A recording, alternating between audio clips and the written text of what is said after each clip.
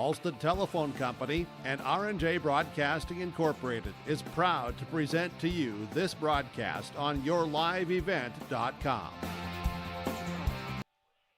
Tonight from Farmers Union Insurance Field at Theraldson Sporting Complex on the campus of Central Cass Public Schools. It's North Dakota Division AA football as the 5th-ranked Central Cass Squirrels host the Rough Riders of Grand Forks Red River here on a sticky Friday night. A pleasant Good Friday evening. The sun's going down, which is a good thing for the players in the football field. It was warm down there about a half hour ago walking around the track. I'm Chase Miller alongside Jacob Anderson, and welcome to our pregame conversation. Central Cass winners of 3 straight games, including a 40-0 homecoming win over Wahpeton a week ago here in Castleton. The Squirrels at 4-1 on the season and 1-0 in East Region play. While for Grand Forks Red River, the Rough Riders coming off a 42-7 loss at home at Cushman against second-ranked Kindred. The Rough Riders on the season 2-3 overall and are 0-1 in the East Region. Still to come on our pregame show, we'll get to our coaches' conversation, starting lineups, and your latest AA football poll as well. But when we come back, we'll dive right into our coaches' conversation with Vern Muir here of Red River, Tommy Butler of the Squirrels, then and more. Still to come here in Castleton. It's the Rough Riders and the Squirrels for AA football on yourliveevent.com. Since its beginning, the Central Cass Booster Club has generated and helped sustain fan interest in the men's and women's athletic programs at Central Cass High School. Through the years, that mission has broadened to also enhance the youth programs throughout the community. For more information, search Central Cass Booster Club on Facebook or email centralcassboosterclub@gmail.com. That's centralcassboosterclub@gmail.com. Go Squirrels! At the Central Cass School District, excellence isn't just a goal, it's our mission by empowering individuals to make a positive impact. Central Cass School District is dedicated to providing students with an innovative curriculum supported by a variety of co-curricular activities from athletics and the arts to leadership and service, aiming to provide excellence between students, staff, family, and community. Central Cass School District, fostering student excellence by inspiring individuals to be their best. Growers, prepare your fields and yields against the wet conditions for 2025 and beyond with a drain tile project from Chad's Excavating out of Mayville. Drain tiling will improve and increase your yields and land values for years to come.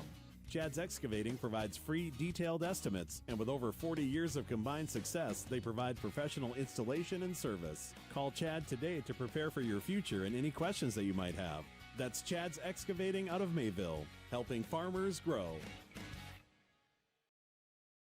As we continue on our pregame show, it's now time to get to our coaches' conversation. Joining us here from the Grand Forks Red River Rough Riders perspective is their head coach, that's Vern Muir, here with us on the pregame. And Vern, so far in the season, as now we kind of go down the hill, if you will, here at the midway point with what's left on the calendar year here from your club with Red River, just kind of take us through the ups and downs on any particular year, no matter what the record is. What is this year's version of Red River Rough Rider football, and maybe a trait or two that you like about the club to this point of the season here, Vern? Well, we had a lot of new players to start the year, and I think in all my preseason media stuff I did, I might have had a little bit more, I won't say confidence, but I thought our kids might be a little bit further along than they were.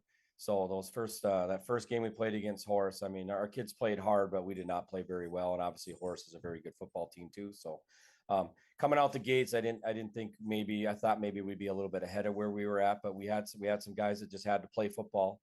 And, that's kind of what happened the first two and maybe even the third game there. And we had to play 2 really good football teams too. So we didn't have a very good taste in our mouths with some of the results.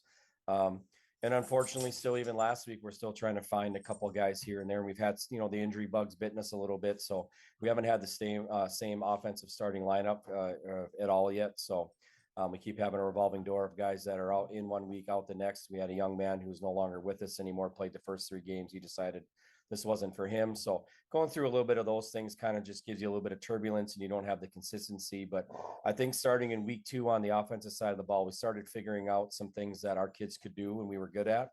And it showed. We just struggled to get in the end zone a little bit. And the next week against Minot North, we were able to move the ball a little bit better. Still didn't score, but still we had more first downs than we thought we had the week before and all that.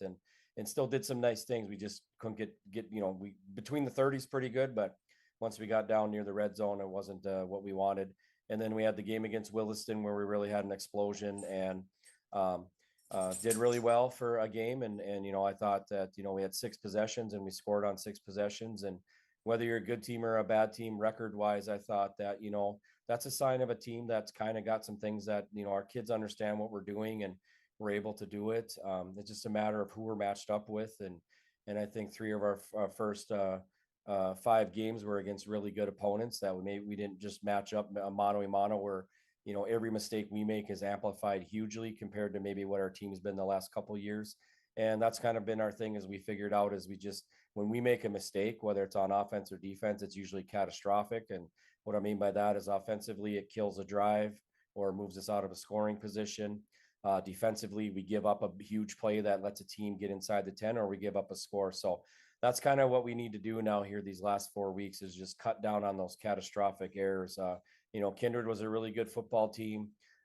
Seen them play obviously last year with Coach Starcevic having his older boy at quarterback. They did a few different things than they did this year, but they've got some really talented kids. I mean, you look at their roster, they have 17 upperclassmen and most of the guys are on the field, but there are 17 really good upperclassmen. That junior class obviously having some big time talent in there too, but they're a really talented group and they have a lot of different ways. Like their top running back didn't play against us, but the kid that was in there, he was really good too. And we could see on film that he was a nice change-up for him. And he hurt us when we made mistakes. So I think that's the biggest thing for us is we just found that we got to cut down on all the errors we make and try to make as minimal as possible and find a way to get off the field on defense and find a way to stay on offense. And we just got to find a way to score points too. So that's kind of been what our focus has been this week is reset and just try to focus on that for the next 4 weeks and see where that gets us.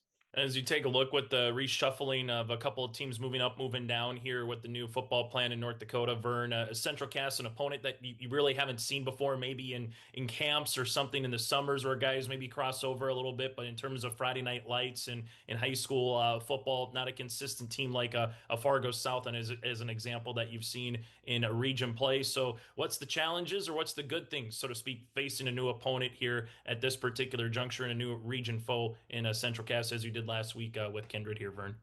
Yeah, so obviously I've been coaching a while, so I've gotten to know a few people by doing some different things. So I met Tommy Butler a couple summers ago working a Shrine game.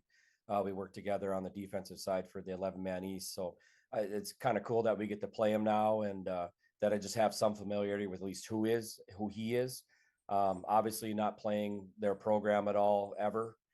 That's new, just like it was last week for Kindred. You can watch all the film you watch, but until you play them and actually see, how is it that they're going to attack you and things you do, just like you said, with the other teams we're more familiar with, we kind of know, okay, their offensive coordinator hasn't really changed. So we kind of know what we're going to get and all that. So it's new and exciting. I like it just because we get to go to a new place. I mean, I know I've driven by the field at Castleton on my journeys to Bismarck a few different times. And I know it's a real nice facility they have there. So I think it'll be kind of cool for our kids to go to a Class B town, so to speak, and play in a really nice facility. And he dresses a lot of dudes, so they're going to have a full sideline. Their students are down there. I don't know what direction. I don't know if it's the south end or north end, but they're in one end of the end zones, and they turn out for their games. So I think that'll be the 2 home games they had that we had on film. They're down there in the end zone. So I think that'll be kind of cool for our kids just to have a little bit of an atmosphere going there and all that. Because some of the smaller towns that we played in, like we went up and played Belcourt, Turtle Mountain a couple of years ago, but we played in Rolette because their field wasn't ready.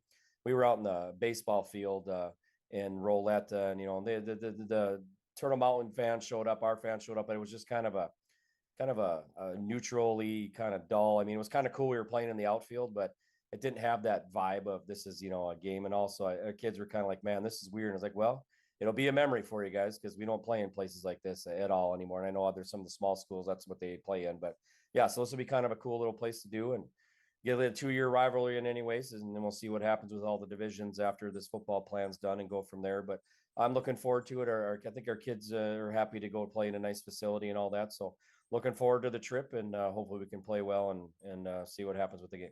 Let's talk about one or two of your players here. One guy you said you could pretty much ask him to probably play any position. He could be the water boy. He could be a stat guy. He could just play center, play quarterback. And that's a testament to someone who's going to probably say, yes, coach, and how can I best serve the team again? And that is Matt Dosh. Just kind of what does he represent for Rough Rider football here this season here, Vern? He's kind of our do-it-all kind of guy. He makes he had a real chance and to play quarterback, and we just felt that the other kid we have could do things well enough for what we needed to do. And Matt being a receiver made our team even better instead of having him at quarterback. And then maybe we don't have the same caliber of athlete that Matt is in the receiver spot. So that's kind of the role we had for him. And then he had some specialty quarterback in certain packages for us, and he did really well with those too.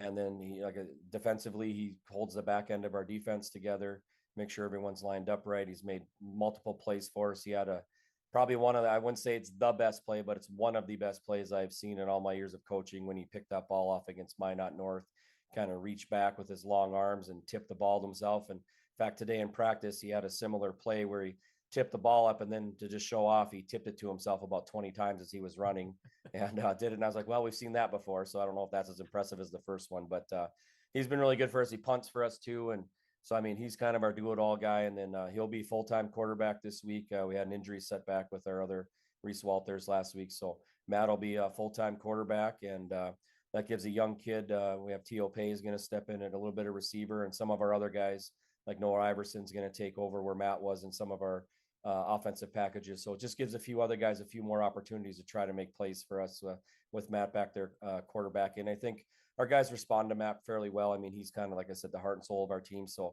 I think maybe we'll have a little different vibe with just the guys listening to him and believing in what he's doing and supporting him and all that. Not that they didn't do that for Reese, but I just think it's different when it's the guy you've played with since you were in 7th grade and one of your buddies and all that stuff. So hopefully that'll be enough to carry us through, that we can get some positivity going in the game. Hey, Vern, thanks so much for your time, and best of luck here tonight and throughout the rest of the season for Red River football. Appreciate it. Thank you. That again, Vern Rear with us here on our pregame show. We'll continue with our coaches conversation after this here in Castleton. In Hope, North Dakota, we aren't just a town, we're a community, one that you can be proud of, where you and your family can grow. With available jobs, affordable housing, a golf course and pool, the Sportsman Club, and great educational opportunities. There hasn't been a better time to join the Hope community, ideally located between Fargo, Grand Forks, and Jamestown. For more information, go to www.hopend.com. Live, work, and play in Hope, North Dakota.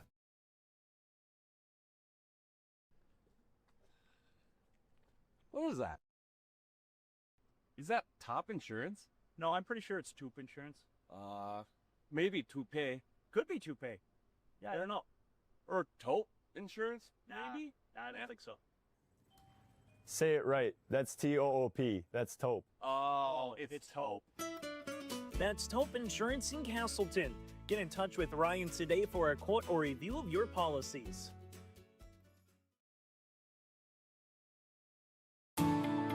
At Enbridge, we're focused on relationships. 23 Canadian First Nation and Métis communities now own an equity stake in Enbridge Athabasca Pipelines.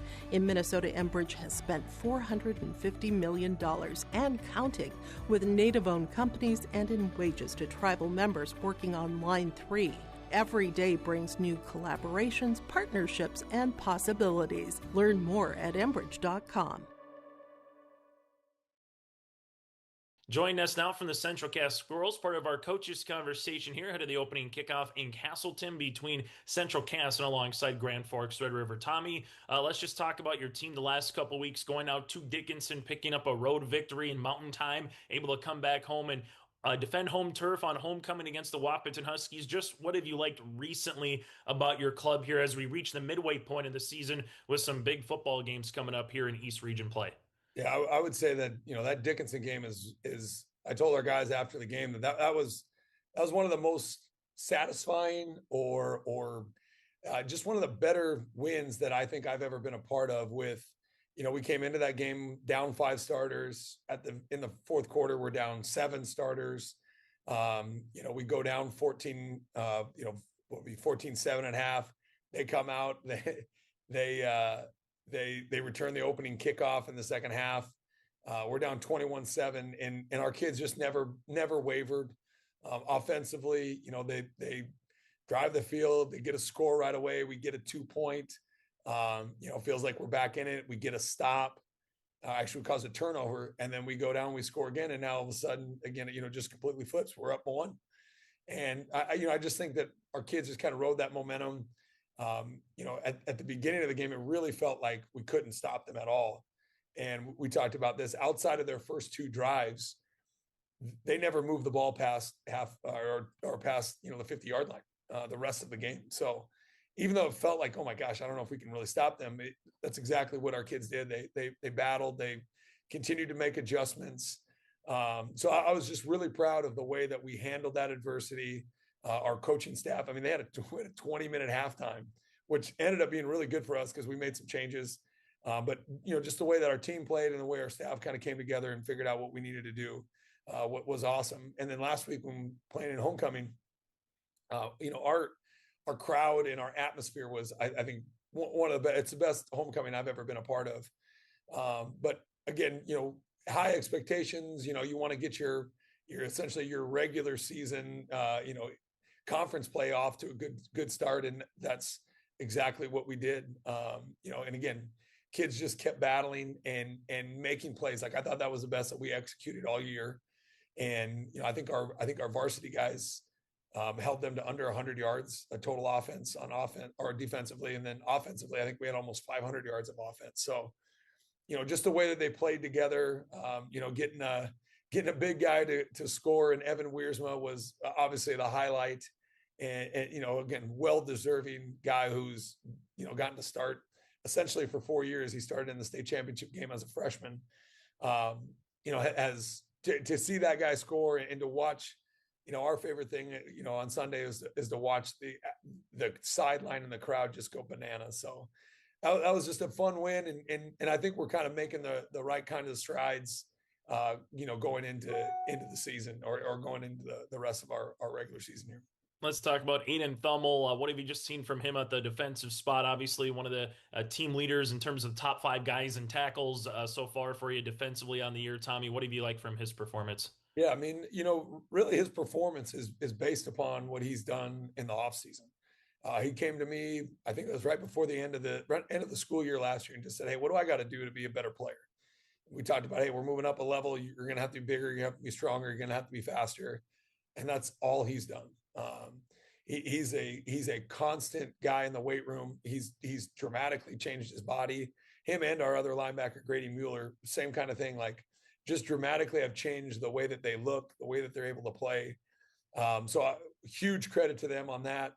But then now as they're playing, it's getting comfortable with what we're asking them to do. We've had to change a couple things defensively, and the 2 of those guys, that's, they're film rats, right? Like they love to be, in the film. They're constantly asking questions, and they want to get better. It's not just, how do I understand the scheme just for me, but how do we make this defense better? So I love coaching those guys. I love the way that they go about their business. And again, I think you're seeing that play out for them this year. And I think they make a huge impact for us. Taking a look at your opponent here tonight in Grand Forks, Red River, 2-3, but maybe the record a little misleading with their 3 losses being up against West Fargo Horace, Minot North, and Kindred, all really good clubs here this season, Tommy, and a team that's made the playoffs 4 straight years in Red River with their respective divisions. Traditionally, a team that can, throw the football. They normally have athletes, it seems, across the board. So when you put them on tape on this year's version, what's going to stand out and be a challenge here later tonight against Red River? Yeah, I mean, their thing that they have going for them, like you said, is they're able to attack you in multiple different ways. Their running back's solid. They kind of were running 2 quarterbacks the past couple of weeks. Their starter got hurt, and their backup comes in, and he's, I mean, that dude's got he's got a bazooka. There's a pass against St. Mary's that he throws almost 60 yards in the air.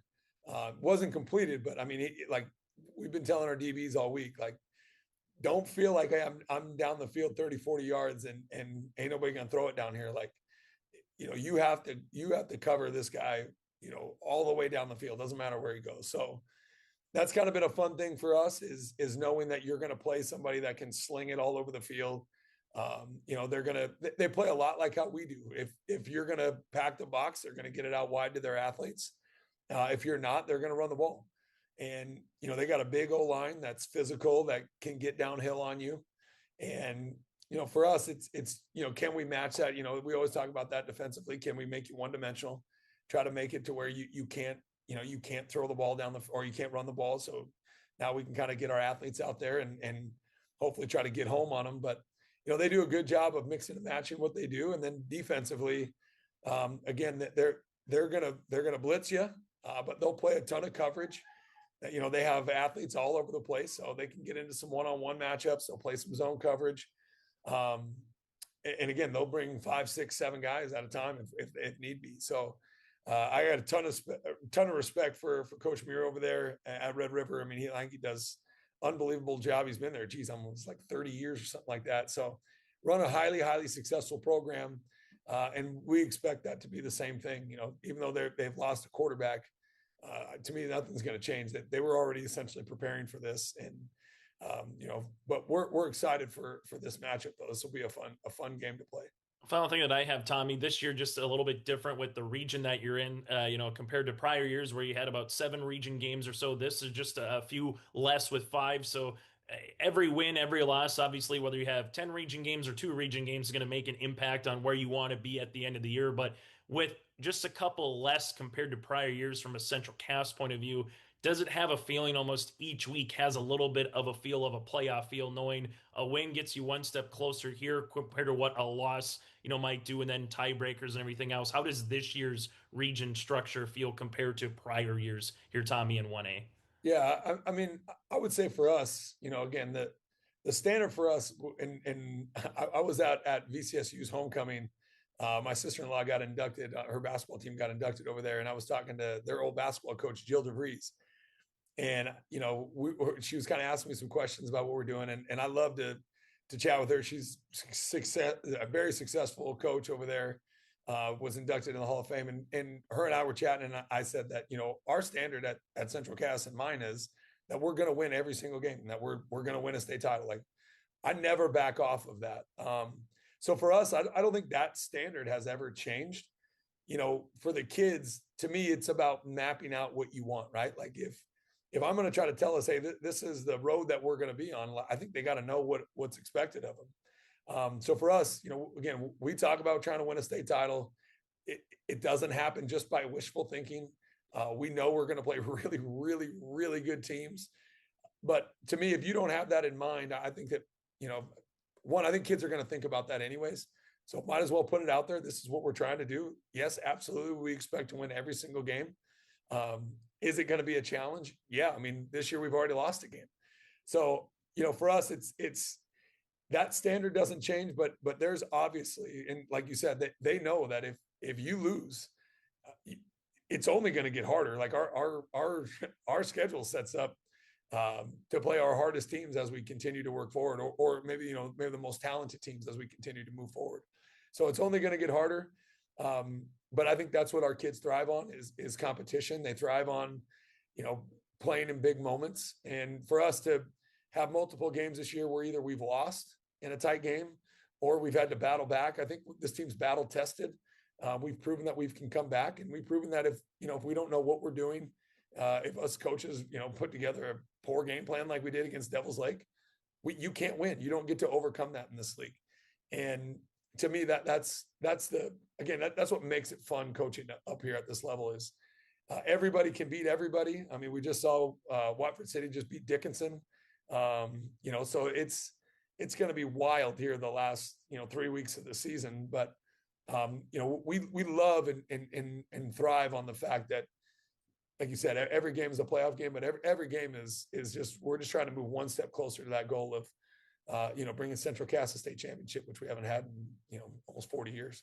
Hey, Tommy, as always, thanks so much for your time and best of luck against Red River here tonight. Hey, appreciate it, man. Go Squirrels. And again, Tommy Butler, head coach for Central Cass, will continue with more after this here in Castleton. Home Homegrown local radio is now worldwide with 24-hour streaming. Download the RJ Radio app to hear local voices from local radio with KRJB, KRJM, and KKCQ 24 hours a day from anywhere. You can listen to your favorite programs like the RJ Family Morning Show, local news, farm markets, music, high school sports, church services, more from anywhere. KRJB, KRJM, and 96.7 KKCQ is streaming on the RJ Radio app. Download it to your device and take us with you wherever you go. When you think about North Dakota State College of Science, don't think about college. Don't think about desks. Don't think about buildings. Don't think about our expert instructors or our high-tech classrooms. Think about that new pickup you'll soon be driving. Think about decorating your first apartments. Think about that great job that's already waiting for you. Then, think about how you'll be doing all of those things in just 2 years. North Dakota State College of Science, the smarter way to college. Buying and selling heavy equipment at purplewave.com saves time and money. We handle all of the details, including pictures, videos, marketing, titles, and payments. It was almost immediately over the top with the customer service. I would just never ever experienced that before with any other auction service. They're constantly working for me as the seller, and I really like that. Purple Wave Auction is straight, simple, sold. As we continue on our pregame show here tonight from Castleton, this is Division 2A football. Red River at 2-3 on the season, 0-1 in conference play. This is a team that's fresh off an 11-1 year from a season ago, losing to Horace in the AA state title. This Red River football program has made the postseason 4 straight seasons. So far, wins over Bismarck, St. Mary's, and Williston, losses against Horace, Minot North, and Kindred.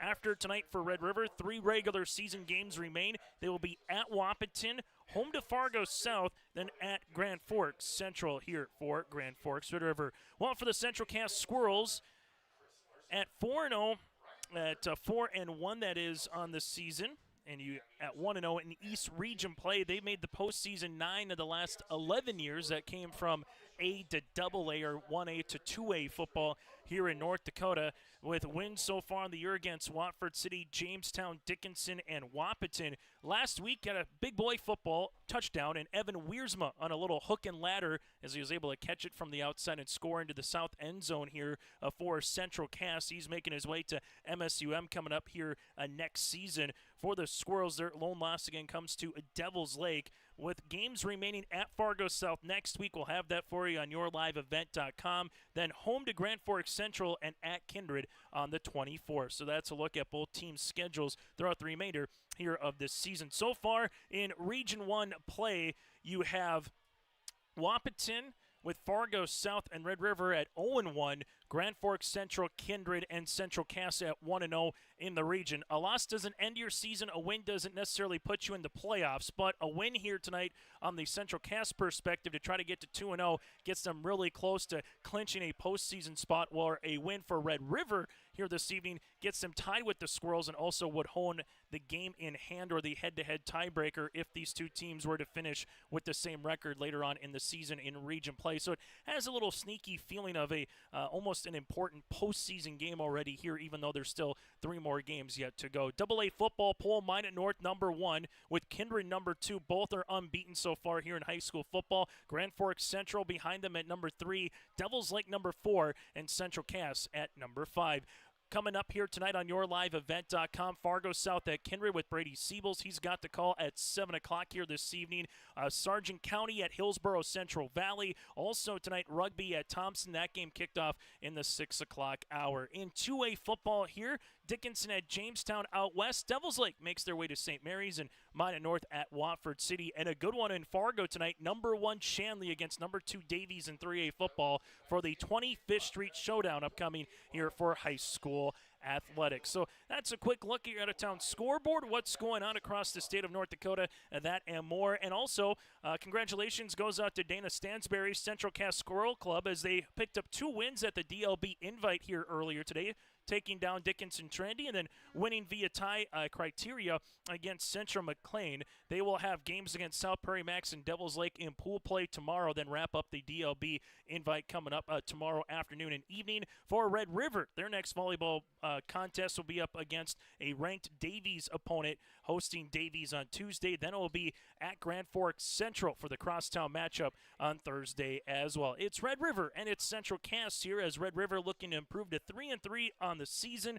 On the opposite side for the Central Cass Squirrels, they're looking to get to 5-1 on the year here and try to stay in that top 5 pool as well throughout the state of North Dakota. As the football team's going to be making their way onto the field, then we'll get to the national anthem here. If you're a fan of red here tonight, this is your color, as Grand Forks Red River, the Rough Riders, in their white uniforms, red numerals with the red helmets. While for the Central Cass Squirrels, they will be making their way out to the football field in their red tops, the black bottoms with the white numerals and the white helmets here for Central Cass. Again, that is our pregame conversation. We come back after this. It's the starting lineups and the opening kick here tonight from Castleton.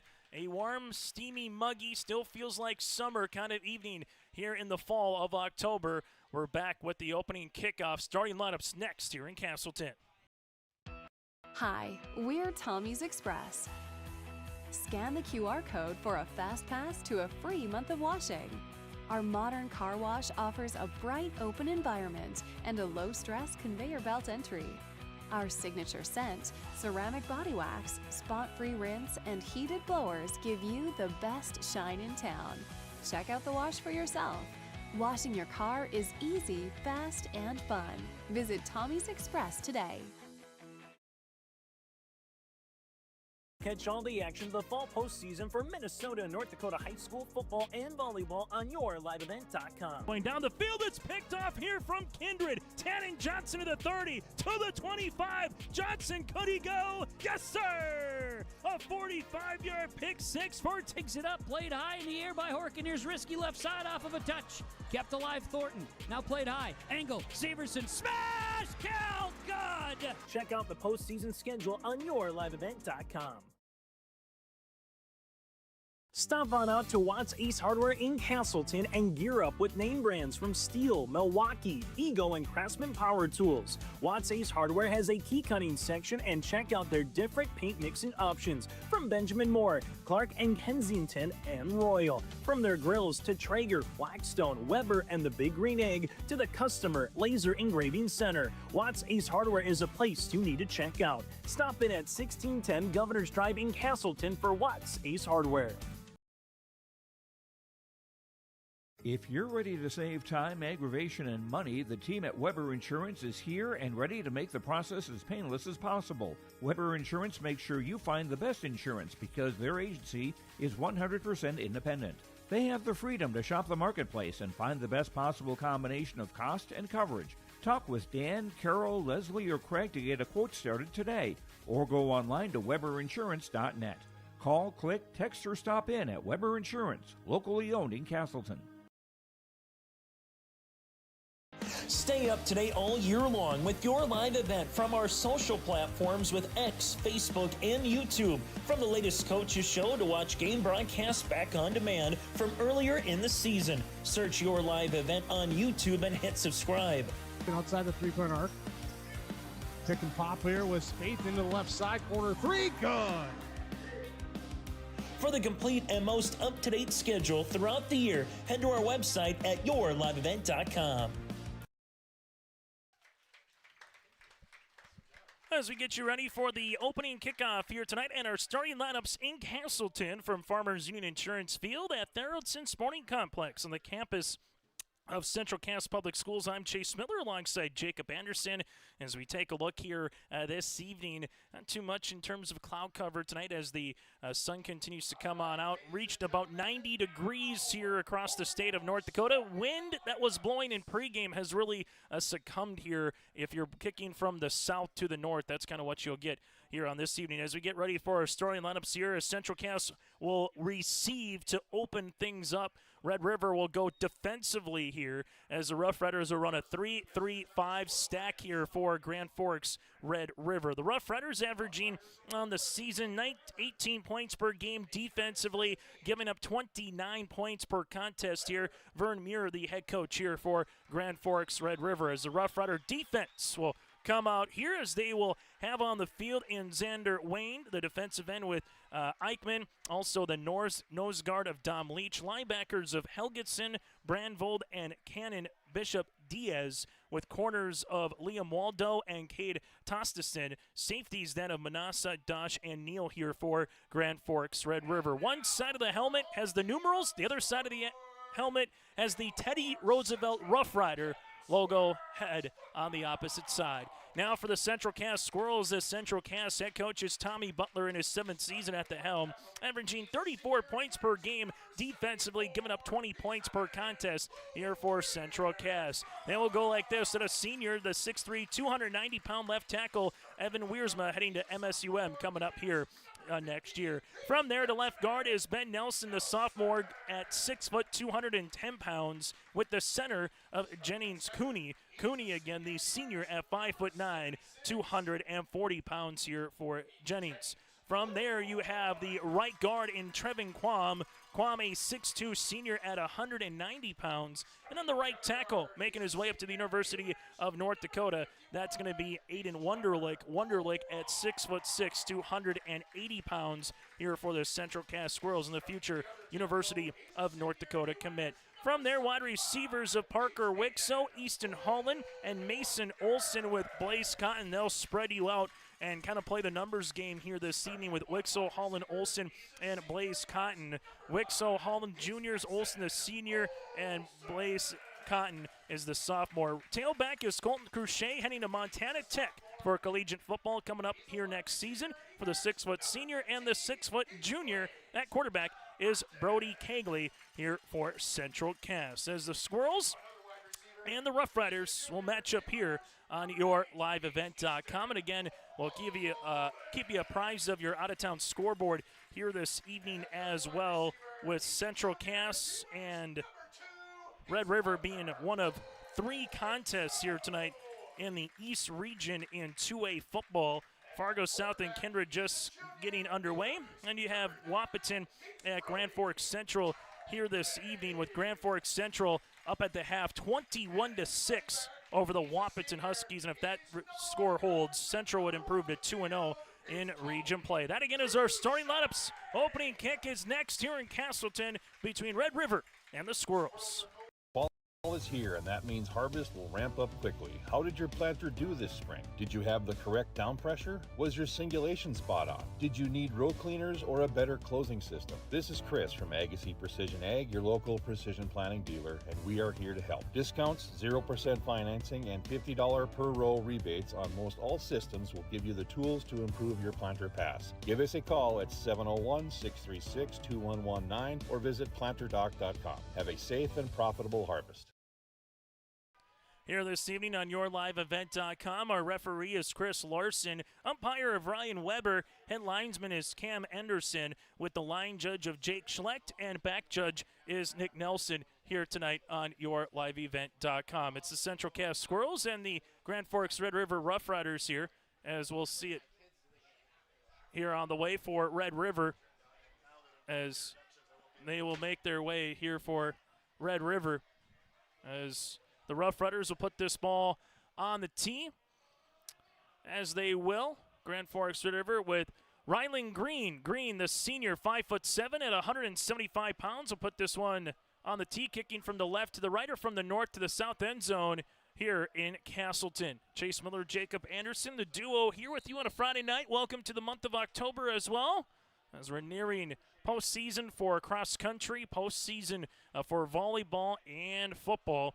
As they put this one up on the tee, as Central Cass getting ready to receive this one. 7:08 is the opening kickoff, and we're underway here in Castleton. This will be a fair catch at the 26-yard line here from Central Cass, as that'll be with Cash Lorenz, who will make the fair catch at the 26, and that's where Central Cass will start with the football here to begin things off in the opening quarter on high school football. as they will make it at the 28-yard line here as we'll see this one underway. First down and 10, Central Cass. 2 wide receivers, right-handed side, 1 near sideline. Red River, they'll show 4 down linemen here. So put about 8 across the box and currently looking like a man-to-man as this one's going to be pitched to the outside. Cruchet looking for a little room, able to get past the 30 to about the 34-yard line. In on the tackle going to be Max Manassa, but not before it's a gain of nearly 5 yards here on the way as they will quickly go to Sugar No Huddle. As they got 5 near side, as this one's going to be blown up immediately. Good play by Liam Wadlow, the junior corner, coming in as that one goes to the outside and going to nowhere there as Cruchet gets tackled in the open field at the 29-yard line. So that's going to be a loss of 4. Just unable to get the outside secondary defensive back blocked, and all of a sudden, boom, here comes Liam right down Main Street, and it springs up a 3rd down and 9. Central Cass trips to the right-handed side as they're in the pistol formation here for the junior Kegley. Kegley has some time, steps up, fires. This one incomplete on a little quick slant across the middle. Manassa in on the coverage as they were looking for Easton Holland, and it brings up a 4th down. So you're looking for a little quick slant there, trying to get to the 35-yard line and maybe get a yard after catch. Get a little bit closer here as the Squirrels and their punter, Blaze Cotton, as they will take some time here at 24 seconds on the play clock to relay of what they would like to do here for Central Cass. As they look like they will be going for this one here at their own 29-yard line. Trips to the right, Twins near sideline here. Tommy Butler makes his way down the field, puts the hand up in the air towards Brody Kegley. Maybe sees a defensive front or what they wanted to see on a 4th down and see what Red River will come out of it, as they will take the delay of game and the 5 yards. Going to burn a timeout early here on the opening possession. First flag of the contest, as this one will be here for Chris Larson, our referee here tonight. First penalty of the game goes for 5 yards and against Central Cass, as they will come out and punt this football away with Cotton. As on the opposite side for Red River, coming out will be here for the Rough Riders, Brody Neal, as this will be an end-over-end kick past the 50. Takes a squirrel bounce past the 45 and will roll its way past the 40.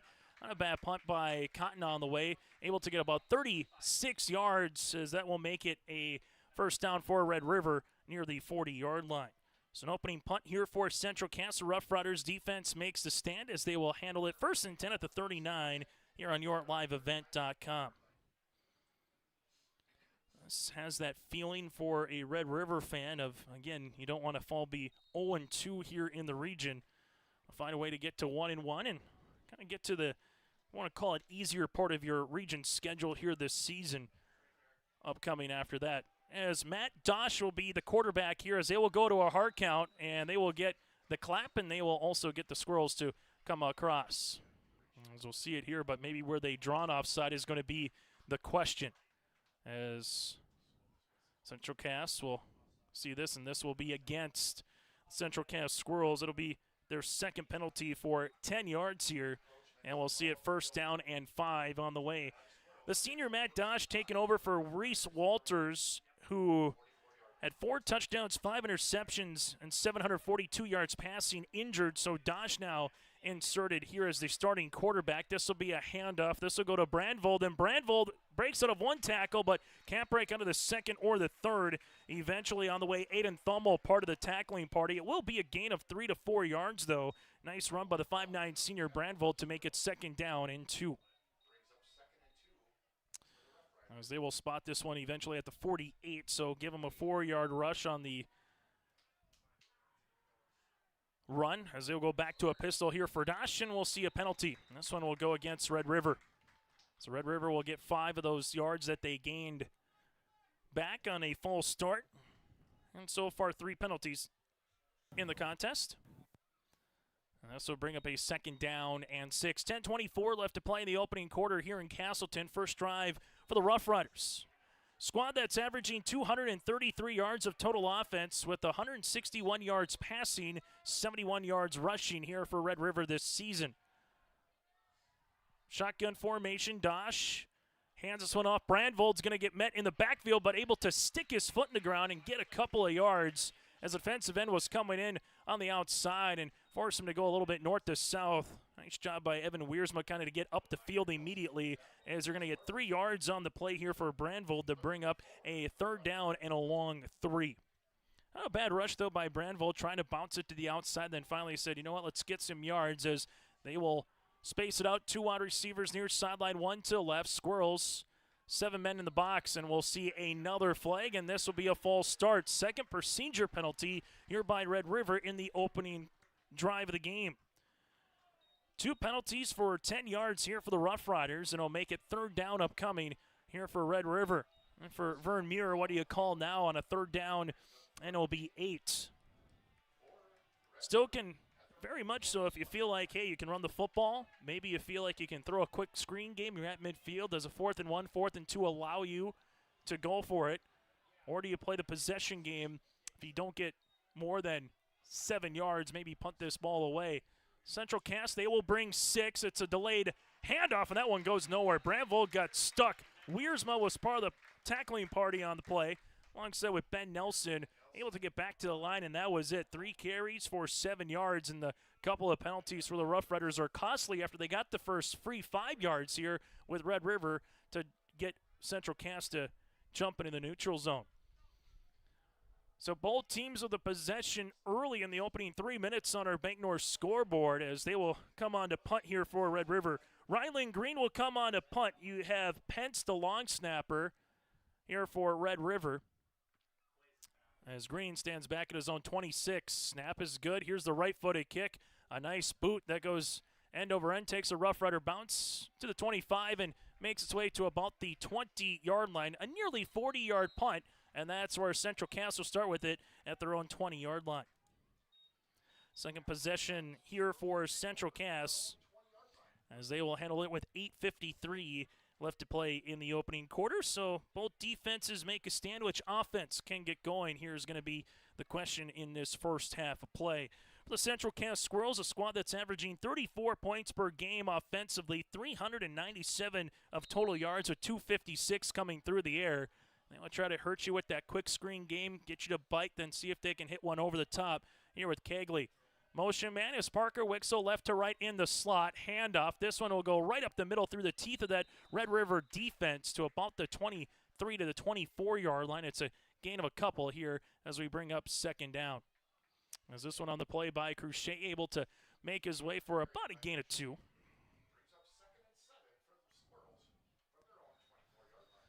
High school football here tonight from Castleton, as Castleton will make their way to Fargo South for their next contest on Friday. Well, for Red River, they will keep going a little farther south on I-29, go to Wahpeton, and the brand new turf that's at NDSCS and Wahpeton as well. Kegley, handoff, Crochet dancing to the right-handed side, makes a nice cut past the 30. A shoelace tackle at the line again at the 31. Nice patient run by Crochet, able to kind of dance a little bit there on the inside, makes his way, and this will be a 3rd down and inches upcoming here after the run by Crochet.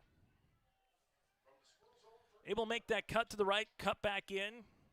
Be a 3rd down and short here for the Squirrels. Red River with 4 down linemen. They got 8 guys pretty much right at the box. Wixel will motion to the outside. Here's a handoff to Crochet again, trying to go behind the left tackle of Wiersma, able to do so. Coming in on the tackle is Bishop Diaz, but it's a gain to the 35-yard line. That's a gain of 4 and a 1st down. First down of the night goes to Central Cass here, and they are going to get the ground game going with 3 straight rushes to Crochet. It's 1st down and 10. Ball spotted right at the 35-yard line. Twins to the right-handed side, 1 near sideline is Blaze Cotton. Cotton leading receiver here for Central Cass. 27 receptions for 302 yards and 4 touchdowns. Handoff, Crochet again, and Crochet is going to get wrapped up and tackled at the line as Jack Helgensen, the linebacker at 6'3", 230, comes in on the tackle for a gain of 1. All far, Red River doing a nice job in open field for the first opportunity to tackle Crochet outside that one time where he used a little dance and a juke. As it brings up a 2nd down and 9 here for the Squirrels. Trips to the outside. Cotton again by himself on the near side. As Red River right now 7 men in the box. Crochet will motion out. They're going to have this one into the backfield. This will be a rush by Crochet. Crochet trying to get away from one, but unable to get past the second, as that one was behind the line of scrimmage, and it will be about a 1.5 to a 2-yard loss to Crochet. So it brings up a 3rd down and long, trying to get to the boundary. Red River will sub a couple defensive linemen as they stretch that play out quickly by Crochet. And a 3rd down here for Central Cass. Holland on the outside. They ran a quick little slant last time on 3rd down on the opening possession. What will they run here? Kegley looking to the boundary, makes a man. Wixo with the spin and a good shoestring tackle in open space on the way by Liam, as Wadlow able to get that tackle. If he misses on the spin, that's a 1st down and some. And so it's a gain of 6 and brings up 4th down. Wixo with the reception, his 12th of the season, as Central Cass will come on and punt this football away. As they will for Red River. Brody Neal again back at his own 25-yard line. High snap, here's the kick. Lighty able to get this one on the spin to the 25-yard line. Neal with it on the return. Spins his way to about the 33 before he is wrapped up and taken down by Central Cass's Keaton Link. It'll be a return of 8 yards, and that'll be where Red River will start with their 2nd possession here of the contest. This will be with 5:23 left to play in the quarter. It's AA football here on your liveevent.com. For this year as well, we will see this year and next year these two teams being in AA. The question is, in 2027, when the new football plan comes out, where will some teams move up or move down potentially? But this year and next year, these two teams, region rivals here in AA football. A bunch trips to the left-handed side. Dosh, this one will come on the little jet sweep. Brandvold and the Squirrels do a good job stretching that one out as they're able to come in with Quam on the tackle. It goes to 35 for a gain of 2. Unable to see a little bit of eye candy, if you will, a different possession, a different formation here for Red River as we're at 5 minutes left to play here in the opening quarter on your liveevent.com. So far, a defensive style of game early in this one. Red River giving up 29 points per game. Central Cass at 20 points per contest. As Red River will come out here tight. 2 wide receivers, left and right. Pistol again for Dosh, the 6'3 senior quarterback. Handoff, Brandvold going right up the middle. Brandvold breaks a tackle and eventually will get wrapped up at the 40 down to the 41-yard line. As Mason Olson, the senior, but a rumbling, bumbling Brandvold gets 6. 5 carries for 15 yards here for Noah. Noah 59 carries for 201 yards and 2 touchdowns coming into tonight. Matt Dosh has 2 receiving touchdowns, 4 rushing touchdowns. He's looking for his first passing touchdown. You can call him the Swiss Army knife here for Red River, especially with Reese Walters again out here of this football game tonight. So 3rd and a long 2 here for Red River. They will need just north of the 43 as it's a fumble, and we might see as Central Cass ran a little stunt at the line that made the left guard jump, and that'll be a false start. So this will be a penalty. 3 penalties of all false start varieties here for Red River. What Central Cass did, they motioned down their defensive lineman either left or right, trying to see if they can get the offensive line to jump, and it worked perfectly. You've seen that by defensive lineman at time, trying to see if he can time up when the snap would be and get someone on the line to jump, and they do. It brings up a 3rd down and 8. Shotgun formation for Dosh. He bobbles the snap, rolls left-handed side. This one's going to be caught to Neal. Neal gets stuck at the 38-yard line. Good play on the outside here for Aiden Thummel. It will be about a gain of 1, maybe 2 on the play. Give him 2. And Dosh, with his first completion of the evening, goes to Neal on the outside, but it brings up a 4th down, and that penalty again costly here for Red River, as they will come out and punt this football away as Cotton stands back at about his own 30-yard line here for Central Cass. As your punter is Mr. Quarterback as well, and Dosh for his 2nd kick. There's a nice high booming kick. Cotton with the catch at the 33-yard line here for Central Cass. 4 possessions, 4 punts here in a defensive contest. I don't know if the word Schlabberknocker needs to be used quite yet, but if this continues in the first half, you might utilize it. 3rd possession here for Central Cass. For more high school sports, simply go to our website, yourliveevent.com, for upcoming volleyball action. Football across North Dakota and Minnesota here tonight. Just a few weeks till sectionals begin in Minnesota. And then October 30th, that weekend, that Halloween weekend, is the start of AA and AAA. Cotton incompletes, as this will make it second down and 10. So far for Kegley, he's 2 for 4 for 2 yards passing. A 4-yard loss by Crochet, and then Wixo as they try to go to the outside. So far, everything's been at the line for Central Cass, either running or throwing the football, as they had a 5-yard quick slant that got incomplete on possession number 1. Central Cass will come out here, 2 wide receivers to the outside, 1 near side. As you'll have Crochet in the backfield with Wixo motioning right to left. Handoff. Crochet got a little crackdown block and gets a little bit more of a boundary to the 41-yard line. So that's going to be a gain of about 8 yards on the play here for Crochet. Got a nice block by the wide receiver coming from the boundary to open up that lane. A nice little crackdown block makes it 3rd down and manageable now. 3rd and 2 here for the Squirrels. Play clock at 20 seconds. See if Red River brings some pressure here. 4 down linemen, 2 wide receivers near sideline. Kegley getting the pistol. Kegley, handoff Crochet, looking his way to the right-handed side, tries to push the pile towards the line to gain at the 43, and from the far judge, it looks like they will have it, and it will be a gain of 2 yards. A solid 2 yards on the play here for Crochet, going by behind Quam and Wunderlich on the right-handed side of the line, and Crochet's had to earn it so far. 8 carries for 28 yards here for Central Cass. Under 2 minutes to play, opening quarter, AA football. Here's the Rough Riders looking for win number 3 on the year. Central Cass looking for win number 5. First meeting here between Central Cass and Red River in high school football. Kegley will see it, play action, zip it to the outside. This one will make its way past the 50, and Easton Holland dragging a Rough Rider with him for a first down. Longest play of scrimmage goes for 12 yards, 1st and 10 Squirrels. Holland with the catch, the 6'4 junior, now 16 receptions as he's knocking on that 200-yard receiving mark on the year as well. First down here for Central Cass, as the Squirrels will run their first play in Red River territory here tonight. As Kegley will motion out Crochet, they fake it to him. Kegley steps up in the pocket, and Kegley trying to make a man miss, and we get a flag, and this could be, and the face mask as the helmet of Kegley gets wrapped off. As coming in was good old number 55 here for Red River in Ryan Ward. Ward at 6 foot 270. The senior came in and thought he had the sack, but then when he went to go wrap him up, the helmet comes off, and that'll be a flag here for Red River, as they will mark it from the spot of the penalty. They're seeing if it's the 46 or the 45. Regardless, it's a first down. That'll be the 4th penalty of the game.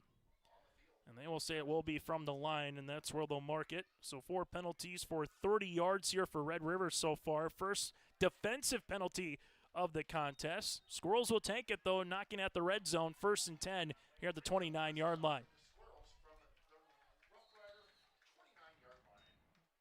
Twins near sideline with Holland in the slot for Central Cass. One wide receiver, right-handed side, back to the pistol formation. Kegley, handoff. Bouncing to the near side for Central Cass, able to make his way past the 24 to about the 22-yard line, or about to the 25-yard line here for Central Cass. Nevecki able to get a nice gain of about 4. Was Nevecki able to get a nice rush for a positive gain here to bring up 2nd down.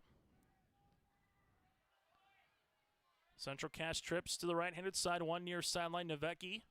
And back in that pistol in the backfield here for Central Cass. 4 down linemen. They're looking to pass. Kegley steps up, fires. This is incomplete. Tried to run a little stick route there on the way for Cotton, and that'll go through his hands as Wadlow was in on the coverage. Been about enough for the first down as he was near the 17-yard line. Instead, will make it a 3rd down upcoming. 3 for 6 for Kegley for 14 yards so far here in this first quarter play. One wide receiver to the right-handed side here for the Squirrels. It'll be Cash Lorenz, Twins near side. Crochet back in the backfield. They will hand it off to him. He looks to bounce, able to spin, gets to the 20. Crochet gets the first down. Nice run by Crochet as coming in on the tackle is Dosh. But you look at Crochet, makes it to the 17-yard line. That'll be a gain of solid 6.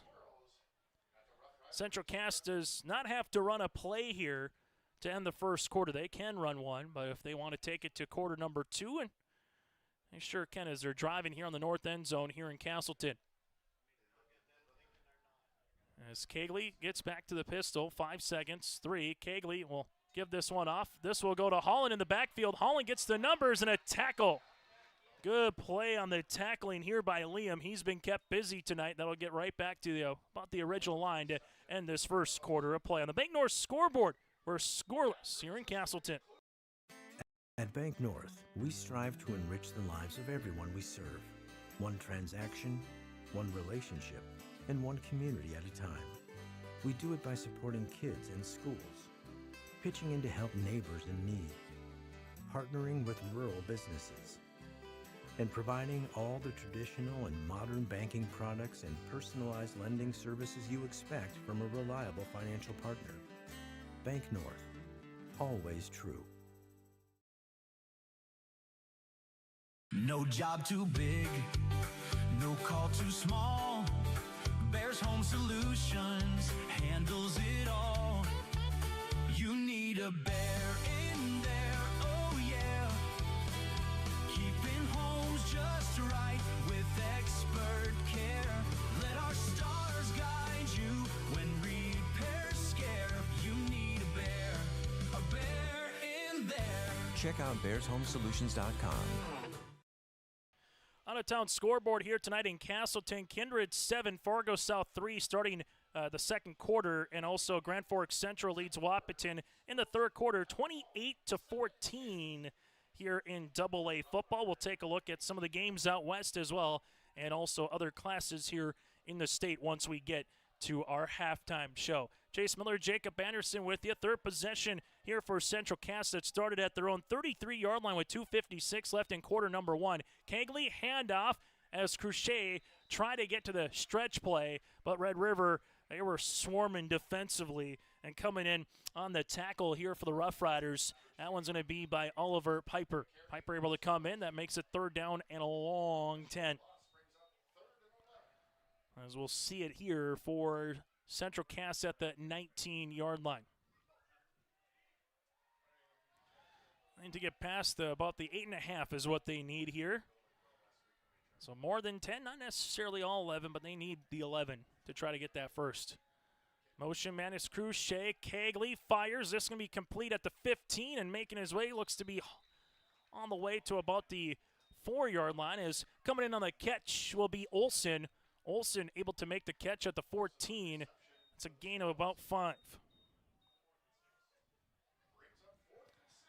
So a little more manageable. You do have Matthew Bukow, your sophomore kicker, who's 18 for 22 in PATs. You would be going into a little bit of a wind here. Would be about a 31-yarder if you elected to kick the field goal. Squirrels, they will say, let's go for it here. Try to get inside the 10. See if it's a stick or a quick slant route here for Central Cass. Instead, it's going to be a screen to the outside, trying to get it to Crochet. Crochet gets to 15, gets to 10, tries to get the line to gain. It depends on the spot. Where does the official put him out at? Right between the 8 and the 9-yard line, which is pretty much where the sticks are on the far side of the field. Might need a measurement to come all the way across to see if that's going to be a first down, or will they say, nope, turnover on downs, and they're going to say it's turnover on downs. So from the sticks, from the far side, from our, again, naked eye, as if they put it at the 9, they needed the in between the 8.5 again, but if they put it right at the 9-yard line, it was going to be short, and that where it looks like they're going to put it here at the 9. So it's a gain of 5 on the play. Crochet with the second reception, but able to put that one, the nose of the football, at the 9-yard line. It'll be a turnover on downs. So the Rough Riders defense makes a stand, able to stretch that one out enough before Crochet was able to turn it upfield. And now Red River, who will get the ball to start the second half, will handle it here for their third possession of the game. as they will hand this one off. Here goes Brandvold past the 15 to the 16-yard line. Healthy gain of 7 yards for number 7. 6 carries for 22 yards on the way here for Noah, the 5'9 senior.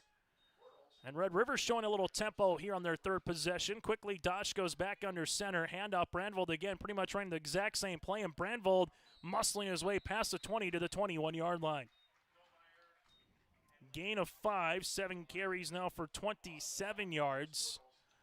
As they were able to run behind the center of Myers and the right guard of Ryan Ward here for Red River. Red River 11-1 last season, made the Dakota Bowl 2 years ago. 6-4, losing to Jamestown in the AA quarterfinals against the Blue Jays.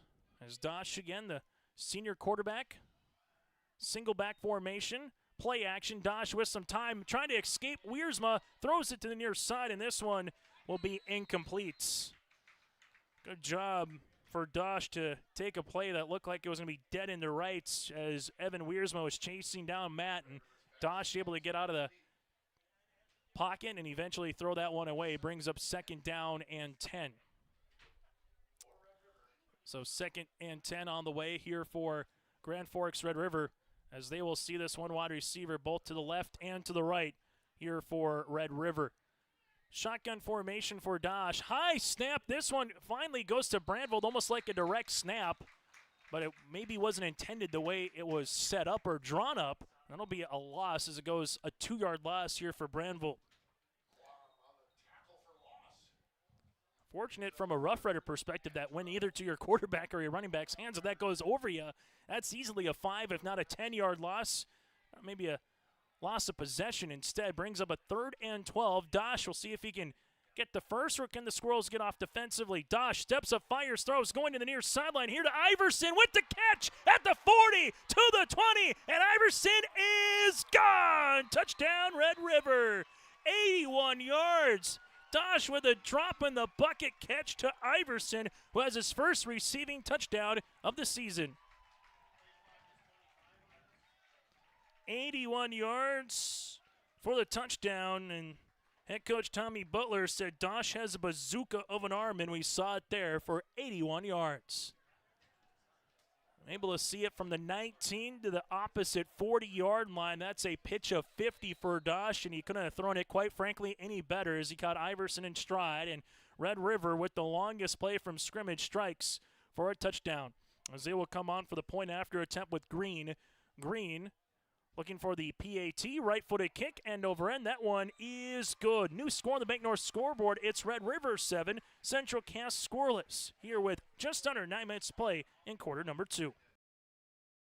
Give them the freedom to grow with the peace of mind of security and safety. Let me do my thing. So get ready, get up, get ready, yeah. America's Best Checking for students from Bell Bank makes it easy to let them do their thing. It's what it's all about.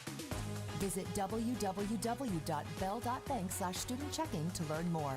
Or stop into a branch near you to open an account today. Let me do my thing. Bell Bank, member FDIC.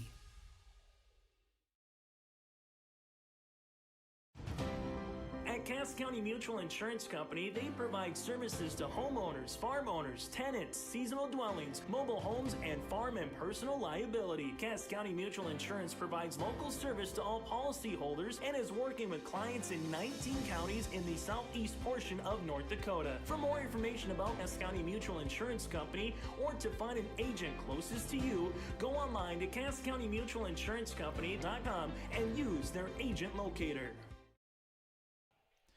On the drive, 1 minute and 35 seconds goes off the clock, and 91 yards, but 81 of them coming on just one play as Dosh finds Iverson for the receiving touchdown. First passing touchdown of the season for Dosh. He's got a rushing, 4 scores, 2 receiving scores, so now he's got the season hat trick here for Red River. Little pooch kick. This one will make its way to the 32-yard line, and a fair catch on the far side by Lorenz, and Central Cass will have the football for the 4th time here in the first half. Down by 7, first score of the night goes to Red River, and we'll see what Central Cass can throw out so far with starting field positions at their own 28, 24, and 33-yard line. How big was that turnover on downs now here by that half yard to come back on the ensuing possession and have the biggest gain of the game. So far, the previous one was 12-yard pass to Cotton for Central Cass. So after a scoreless first quarter here in quarter number 2, Kegley going to pitch this one to Cruchet. Cruchet trying to get to the numbers, does, but Red River able to make a tackle, but enough of a face mask. But so far, Red River has made a lot of tackles in open space, that time by Bishop Diaz, able to kind of go right for the feet and get the play. This will be a face mask, as we'll see it here. It'll still be a first down.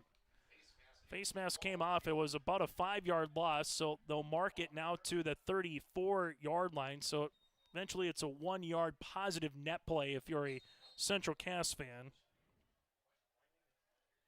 So we'll see it now, first down and 9. There's just a 5-yard penalty again for the face mask, no personal foul. So 2 wide receivers near side, 1 to left-handed side. Pistol formation, handoff goes to Crochet. Crochet has a lane this time, gets past the 35 to the 39-yard line. Still a second down, brings up 5 yards, but Crochet will see it here.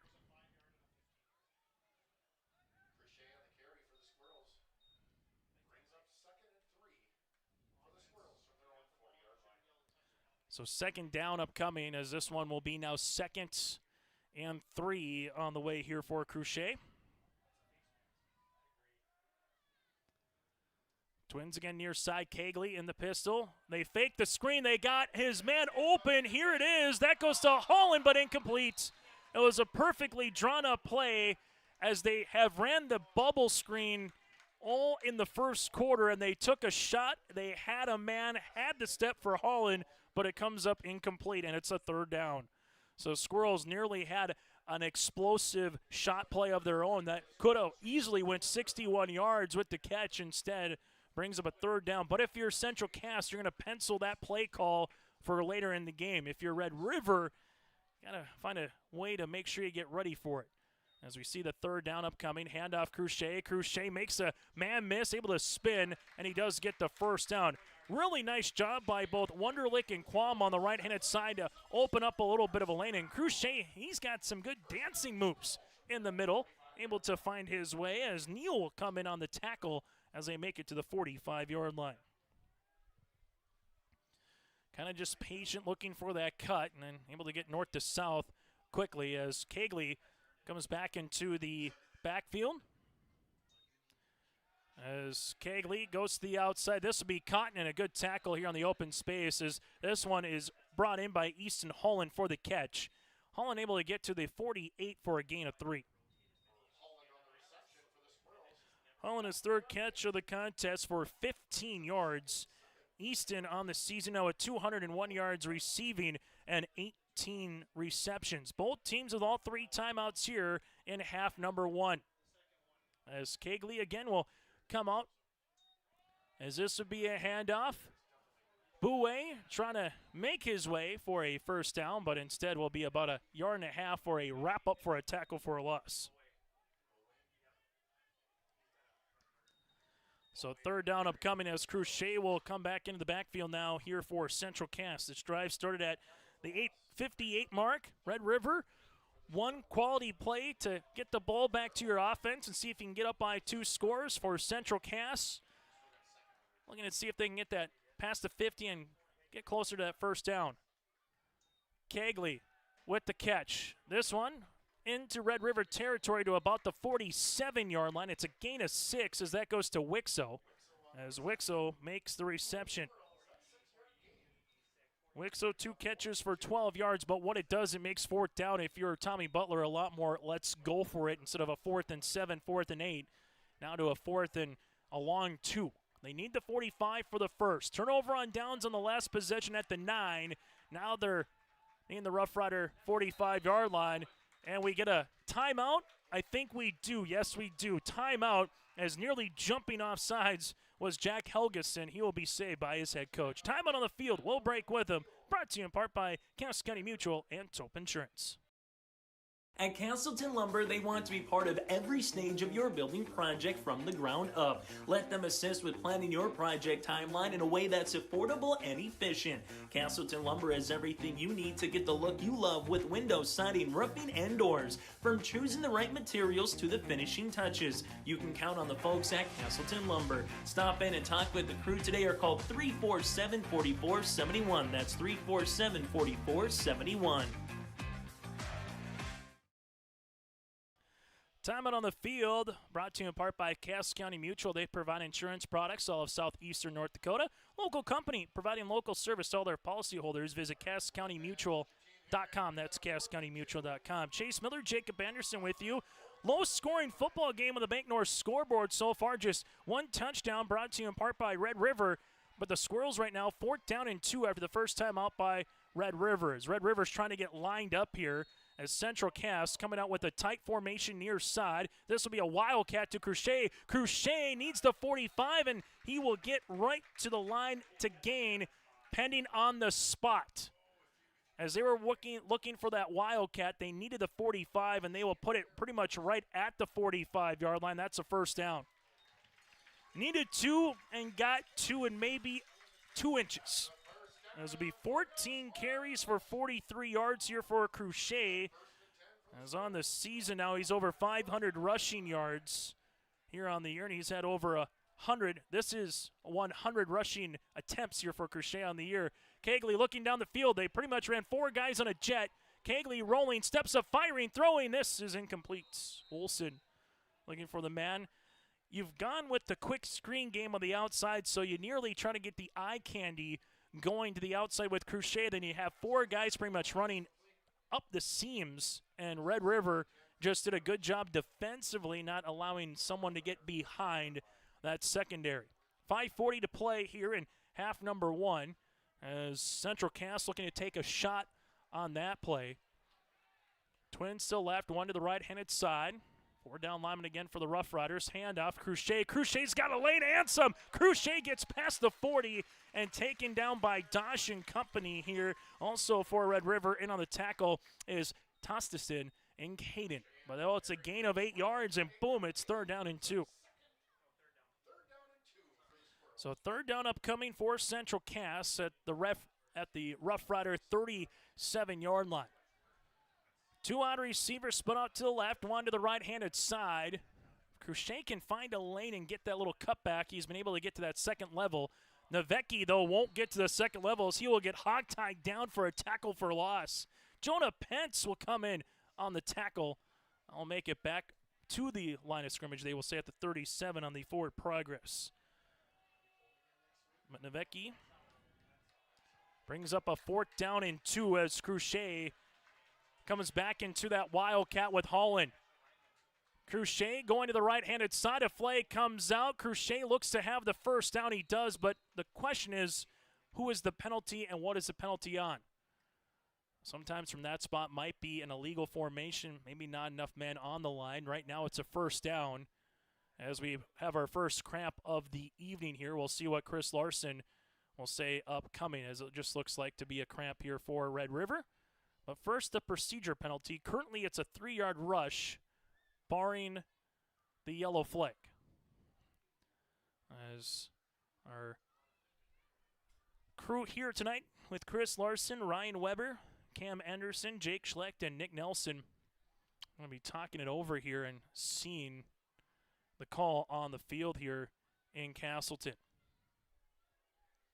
As we will have a little bit of a pause here on the Bank North scoreboard. For more information, to find a branch near you, go to banknorth.bank. That's banknorth.bank, a trusted financial partner for generations, helping customers, communities build, grow, and prosper.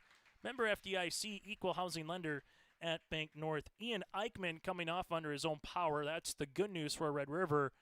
It's a matter of who is the penalty on, and that is no penalty. So it will be a gain of 3 yards and a first down. So no penalty on the play. Inadvertent flag.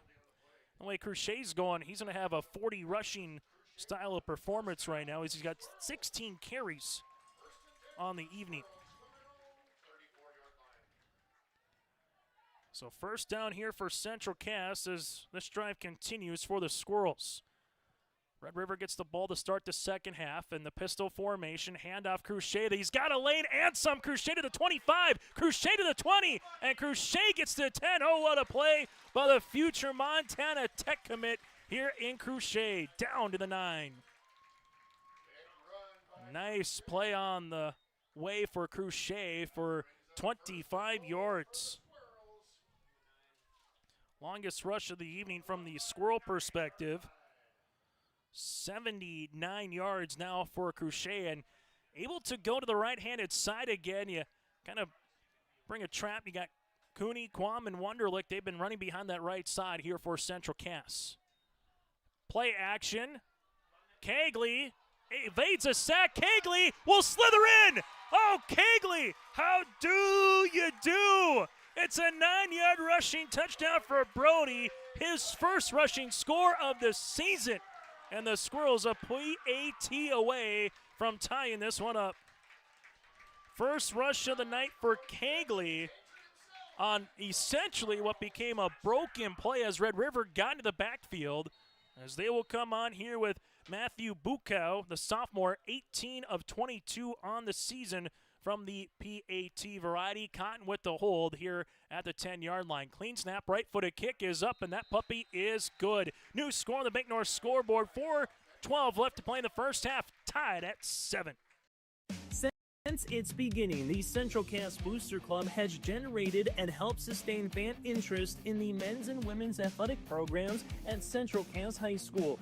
Through the years, that mission has broadened to also enhance the youth programs throughout the community. For more information, search Central Cass Booster Club on Facebook or email centralcassboosterclub@gmail.com. That's centralcassboosterclub@gmail.com. Go Squirrels! High school football here tonight on YourLiveEvent.com. 4 minutes and 46 seconds come off the clock on a drive that goes 68 yards down the field. Results in a touchdown. Kegley with a point after attempt by Bukow, and we're tied at 7 apiece. So after the first 4 possessions, you had 4 punts combined, a turnover on downs, touchdown for Red River, and a touchdown here for Central Cass. The offense is starting to find their groove here in quarter number 2, but a really nice long driven play. A couple of runs there by Cruchet of 25 yards, and I'm not sure how Kegley, using his best Jake the Snake impersonation, able to make his way into the end zone. Coming up, we'll get to our halftime show, brought to you in part by Farmers Union Insurance, Wasleen Kramer Agency. Your out-of-town scoreboard, first half stats, and more as we near the 8 o'clock hour. Here's a squib. It's a live ball, and eventually Red River able to come up with it. Fortunate for the Rough Riders as Benjamin Savannah-Sock was able to come in on that one because it hit him right about at the knee shin area, and he jumped on the ball. If that's another maybe foot away from him on the ricochet, that could have been Central Cass football. Instead, Red River will have great starting field position at their own 46. They've had it at their own 39, 33, and 9. They quickly hit on an 81-yard touchdown pass their last time out. As the Rough Riders with all make that 2 timeouts remaining. Central Cass with all 3 trips near side. They will give this one on the end around a little bit by Branville. That's going to get stuck at the line. They've ran that play twice. Both times Central Cass ready for it. It's 2nd down and 9.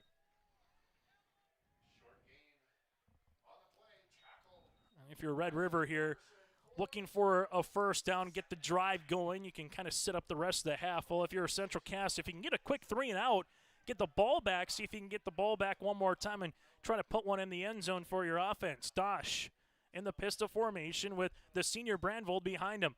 Dosh steps up to the outside. This is going to be complete. That goes to Manassa. Manassa close to the line to gain. That'll be a gain of about 8 yards. Max Manassa, the 6-foot junior, with his 20th reception of the season, brings up 3rd and about a half yard.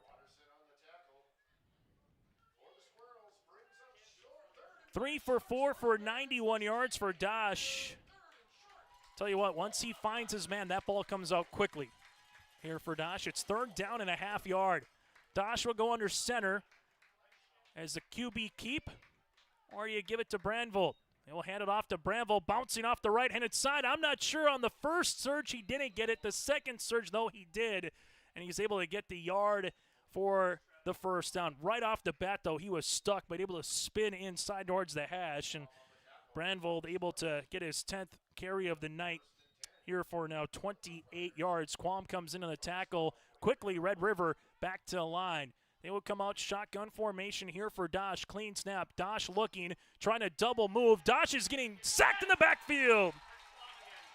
Able to come in is Quam, the senior linebacker. As that it's a loss of nearly 10 yards and a timeout for head coach Tommy Butler. We'll break as well. First timeout for Central Cass here in the opening half on the Bank North scoreboard.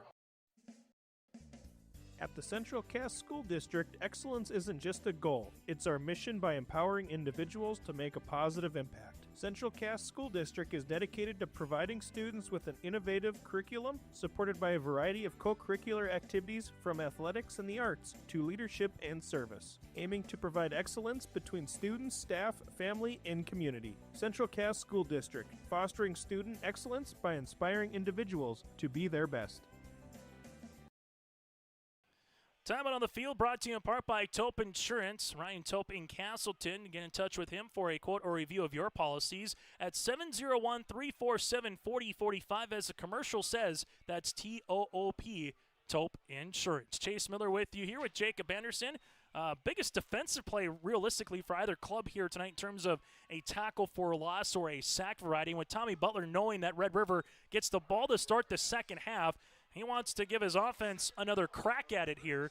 That's his first time out. So both teams with 2 remaining here in the first half, but a big sack by Quam as Dosh was rolling.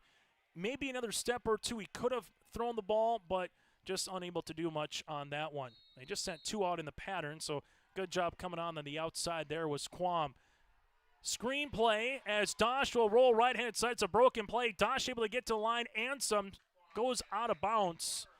As we'll see where the spot is going to be. The line of scrimmage was the 47, and they will give him the opposite 47 for a gain of 6 solid yards. So Dosh able to get some of that sack yardage back and bring him a third down. They're in about 14 here, trying to get them to jump off sides, and they do. Central Cass with a free 5 yards. Third penalty for 15 yards. Second time we've seen Dosh able to get them on the hard clap. Maybe not a hard count anymore, but on the hard clap regardless. It's a free 5 yards for Red River, and all of a sudden, you get 4 or 5 yards here for Red River, you might be in 4 down territory. One wide receiver either side here for the senior Dosh. Central Cass bringing 5. Dosh will throw it across the middle, incomplete. They had the first down. Instead, it will be 4th down upcoming. That could be the old adage, you're just looking ahead of you and unable to bring that one in for Red River. That's Piper. Nice play by Dosh to stay in the pocket, take a shot. All of a sudden you run across her where the blitz was coming from, so that vacated area was open. Perfect play call from a Red River perspective, just unable to execute. 4th down here for Red River. A reminder, their punter is their quarterback in Dosh. As they will go one near side, trips to the right. Dosh trying to see if he can get them to get a free 5 yards and a timeout here for Vern. We'll break with them. 2:20 remaining here in the first half where the Rough Riders go for it at the 41. We'll find out next here on your live event. Growers, prepare your fields and yields against the wet conditions for 2025 and beyond with a drain tile project from Chad's Excavating out of Mayville. Drain tiling will improve and increase your yields and land values for years to come. Chad's Excavating provides free, detailed estimates, and with over 40 years of combined success, they provide professional installation and service. Call Chad today to prepare for your future and any questions that you might have. That's Chad's Excavating out of Mayville, helping farmers grow. Well, it's a warm night across the way out of Fire here. Also a warm night here for the fans. Going to get a little bit cooler as around 70 degrees once we get to 10 o'clock here this evening, but nice night. I wonder if they got some s'mores across the way to enjoy it here, as when you can get out into the month of October, get some yard work done, put the Christmas lights on, whatever you need to do. You can't say you didn't have Mother Nature on your side, at least in September, as they kind of flipped the month of July and September almost in terms of the nice weather with what you're able to handle here. Timeout by Red River, as it looks like Dosh will come out where he's standing to punt this football away here for the Rough Riders. Second timeout for Red River. Cotton will come back at his own 10. For Red River so far here this evening, 2 punts, a touchdown. This drive started at their own 46. Snap. Dosh able to get this one over. It's an end-over-end kick that takes a Red River bounce. Cotton will pick it up at the 5. Cotton gets to a little bit of a lane at the 15. Cotton then's going to get wrapped up at the 18-yard line. That was oh no to oh yes really quickly for both sides as Red River with Brennan Johnson comes in on the tackle. And for the Squirrels, good job by Cotton to kind of put his feet at the 5-yard line and say, if the ball's coming to me, I'm going to just wrap it up and see if I can get a block or two. As they'll start at the 18-yard line. 5th possession of the contest here for Central Cass. They have 2:09 to play here in the half, 2 timeouts. Red River, they have 1 timeout remaining.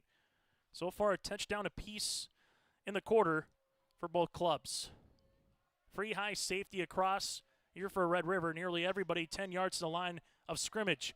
Handoff, Crochet dancing, and this time Red River, the outside linebacker, came in on a heater. Able to wrap him up, and that will be back to about a 2nd down and 11 as that one was tackled by number 11 in Jonah Pence. So 2nd down here for the Squirrels. Looking down the field, Kegley to the near sideline. This one incomplete at the 40, but there's a flag. Able to see Wixo going one-on-one on the near side with Cade Tostenson, the junior, and got enough of a jersey. Is it pass interference or is it a hold? And Chris Larson say this one is going to be a pass interference, so it'll be a 1st down. And Red River right now, the Achilles heel is the flags. That's their 6th penalty of the game for 50 yards for the Rough Riders. That also could be a jump starter if you're a Central Cass fan to get the 1st down and now try to really get humming here late in quarter number 2. Tied at 7, trips left, 1 near sideline. Red River will rush for Kegley across the middle. This one goes to Holland. Holland gets the outside and stops the clock, and he gets the 1st down for a gain of 13. Holland 4 catches for 28 yards, and we have a injured Red River Rough Rider on the far side. We'll break as well. 1:37 left in the 1st half. In Hope, North Dakota, we aren't just a town, we're a community, one that you can be proud of, where you and your family can grow. With available jobs, affordable housing, a golf course and pool, the Sportsman Club, and great educational opportunities. There hasn't been a better time to join the Hope community, ideally located between Fargo, Grand Forks, and Jamestown. For more information, go to www.hopend.com. Live, work, and play in Hope, North Dakota.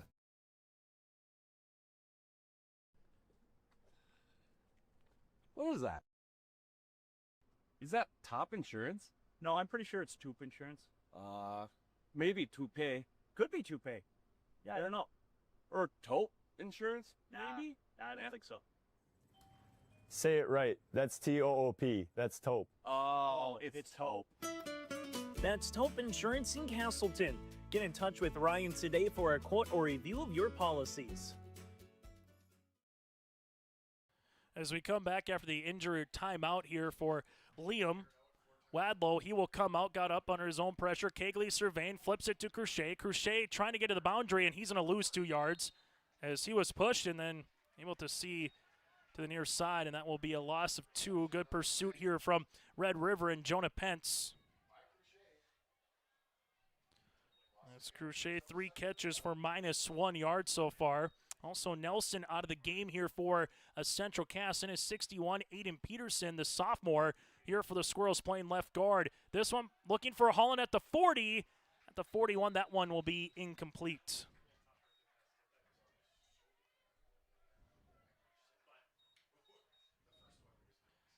Ten of 16 so far for Kegley for 44 yards. Brings up a 3rd down. The clock will stop at 1:23. River pretty much for the quarter here, playing with 1 free high safety, trying to keep most of it in front of them, but they are getting ready for those quick screens or something that's at the line. See how aggressive Coach Butler will be here for the Squirrels. 3rd down and long 12. Kegley has some time with the catch. This one will be caught by Cotton for a gain of 4. Makes it 4th down and 8. As Cotton with his first catch of the contest, and Red River will take their final timeout here of half number one. 1:09 left to play in half number one. It's high school football here tonight on your liveevent.com. At Enbridge, we're focused on relationships. 23 Canadian First Nation and Métis communities now own an equity stake in Enbridge Athabasca Pipelines. In Minnesota, Enbridge has spent $450 million and counting, with Native-owned companies and in wages to tribal members working on Line 3. Every day brings new collaborations, partnerships, and possibilities. Learn more at Enbridge.com. Timeout on the field brought to you in part by Cass County Mutual. Chase Miller alongside Jacob Anderson with you. Get in touch with Lindsey Johnson and the crew in Castleton at Cass County Mutual, or simply go to their website, casscountymutual.com, to find an agent near you servicing all of southeastern and across the state of North Dakota. So here in Castleton, Squirrels, after the timeout by Red River, electing to go for it. Red River might have a defensive end off sides here in the line with where his nose is on the ball. And this one will come across. Red River will blitz. They come to the middle. Kegley's going to get wrapped up at the 35. Eventually, the play goes awry for the Squirrels, and Red River in Xander Wandy delivers the hammer. It's a loss of 12 on the play. And just like that, Central Cass with a turnover on downs. It was close to maybe having a guy again in the neutral zone there, but regardless, Red River now will have a grade A opportunity with 62 seconds remaining here in half number one to try to double dip, try to put the ball in the end zone, get a field goal, score, and then they get the ball to start the second half for Red River. They've came out in this formation before, and it's been a handoff to Brandvold going to the right. Said Brandvold leaks to the right-handed side. Dosh looking, steps up, fires, throws down the field, looking for the post pattern, incomplete. Holland there on the coverage as they were looking for Noah Iverson. Iverson with the big play of 81 yards for a touchdown earlier tonight. Dosh now 3 of 6 through the air for 91 yards and a touchdown, but that only took 6 seconds off the clock, and it brings up a second down upcoming. Well, their kicker, Rylan Green, here for Red River. As you would, at least from a Rough Rider perspective, like to see if you can kick to end this half, whether it's a PAT or a field goal, to try to take the lead. Twins to the right-handed side as Central Cass. We'll see this here. Little broken play. Dosh going to roll to the right-handed side. Dosh looking to get to the outside. Crochet pushes him onto the track, as this will be right to the line, a gain of 0, and 5 seconds comes off the clock. As third down upcoming here, and if you're Red River and you get 2-3 yards, you're kind of in no man's land. You're probably not going to punt. Probably going to go for it with where you are. Again, 0 timeouts. Central Cass, they got a couple remaining. They're going to call. Do we get a timeout here for Central Cass? As they're asking Tommy Butler, and Tommy going, I did not ask for a timeout, but you had the line judge here seeing if there was maybe a timeout called. Tommy just kind of putting his hands up in the air, relaying a defensive call. So back to business here. Third and a long 9.5. Dosh shotgun. Brandvold running a wheel route. Dosh will step up, evades a sack. Dosh gets to 30, and Dosh gets stuck.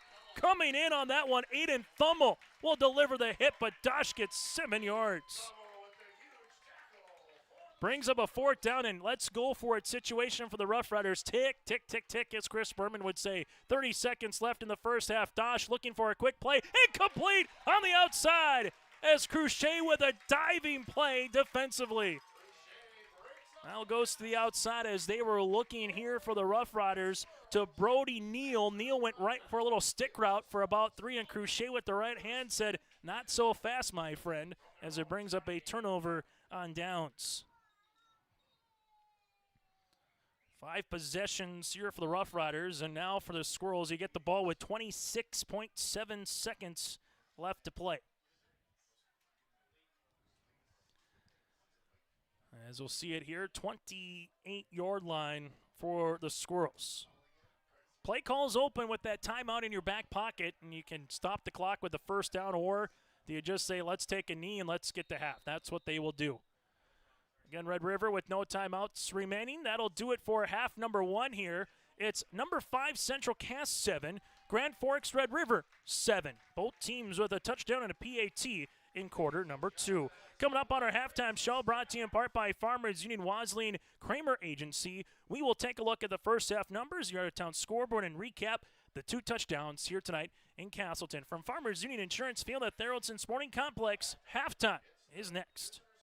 Homegrown local radio is now worldwide with 24-hour streaming. Download the RJ Radio app to hear local voices from local radio with KRJB, KRJM, and KKCQ 24 hours a day from anywhere. You can listen to your favorite programs like the RJ Family Morning Show, local news, farm markets, music, high school sports, church services, more from anywhere. KRJB, KRJM, and 96.7 KKCQ is streaming on the RJ Radio app. Download it to your device and take us with you wherever you go. When you think about North Dakota State College of Science, don't think about college. Don't think about desks. Don't think about buildings. Don't think about our expert instructors or our high-tech classrooms. Think about that new pickup you'll soon be driving. Think about decorating your first apartment. Think about that great job that's already waiting for you. Then, think about how you'll be doing all of those things in just 2 years. North Dakota State College of Science, the smarter way to college. Buying and selling heavy equipment at purplewave.com saves time and money. We handle all of the details, including pictures, videos, marketing, titles, and payments. It was almost immediately over the top with the customer service. I've just never ever experienced that before with any other auction service. They're constantly working for me as the seller, and I really like that. Purple Wave Auction is straight, simple, sold. Hi, we're Tommy's Express. Scan the QR code for a fast pass to a free month of washing. Our modern car wash offers a bright, open environment and a low-stress conveyor belt entry. Our signature scent, ceramic body wax, spot-free rinse, and heated blowers give you the best shine in town. Check out the wash for yourself. Washing your car is easy, fast, and fun. Visit Tommy's Express today. Catch all the action of the fall postseason for Minnesota and North Dakota high school football and volleyball on yourliveevent.com. Going down the field, it's picked off here from Kindred. Tanning Johnson to the 30, to the 25. Johnson, could he go? Yes, sir! A 45-yard pick six for Takes it up, played high in the air by Horkiner's risky left side off of a touch. Kept alive Thornton. Now played high. Angle. Severson. Smash! Count! Good! Check out the postseason schedule on yourliveevent.com. Stop on out to Watts Ace Hardware in Castleton and gear up with name brands from Steel, Milwaukee, Ego, and Craftsman Power Tools. Watts Ace Hardware has a key cutting section, and check out their different paint mixing options from Benjamin Moore, Clark and Kensington, and Royal. From their grills to Traeger, Blackstone, Weber, and the Big Green Egg to the Customer Laser Engraving Center. Watts Ace Hardware is a place you need to check out. Stop in at 1610 Governor's Drive in Castleton for Watts Ace Hardware. High school football today here on yourliveevent.com. Welcome to our halftime show, brought to you in part by Wesleyan Kramer Agency. Scott and Tyler, your local small town agents in Castleton and surrounding communities. For the great rates and local service that you expect, get in touch with Scott and Tyler throughout the week in Castleton. Chase Miller alongside Jacob Anderson with you on this Friday evening here in October. Out-of-town scoreboard, Grand Forks Central is going to improve to 2-0 in the region with a 42-14 lead over Wahpeton in the fourth quarter. The Knights will improve to 2-0. Wahpeton will drop to 0-2.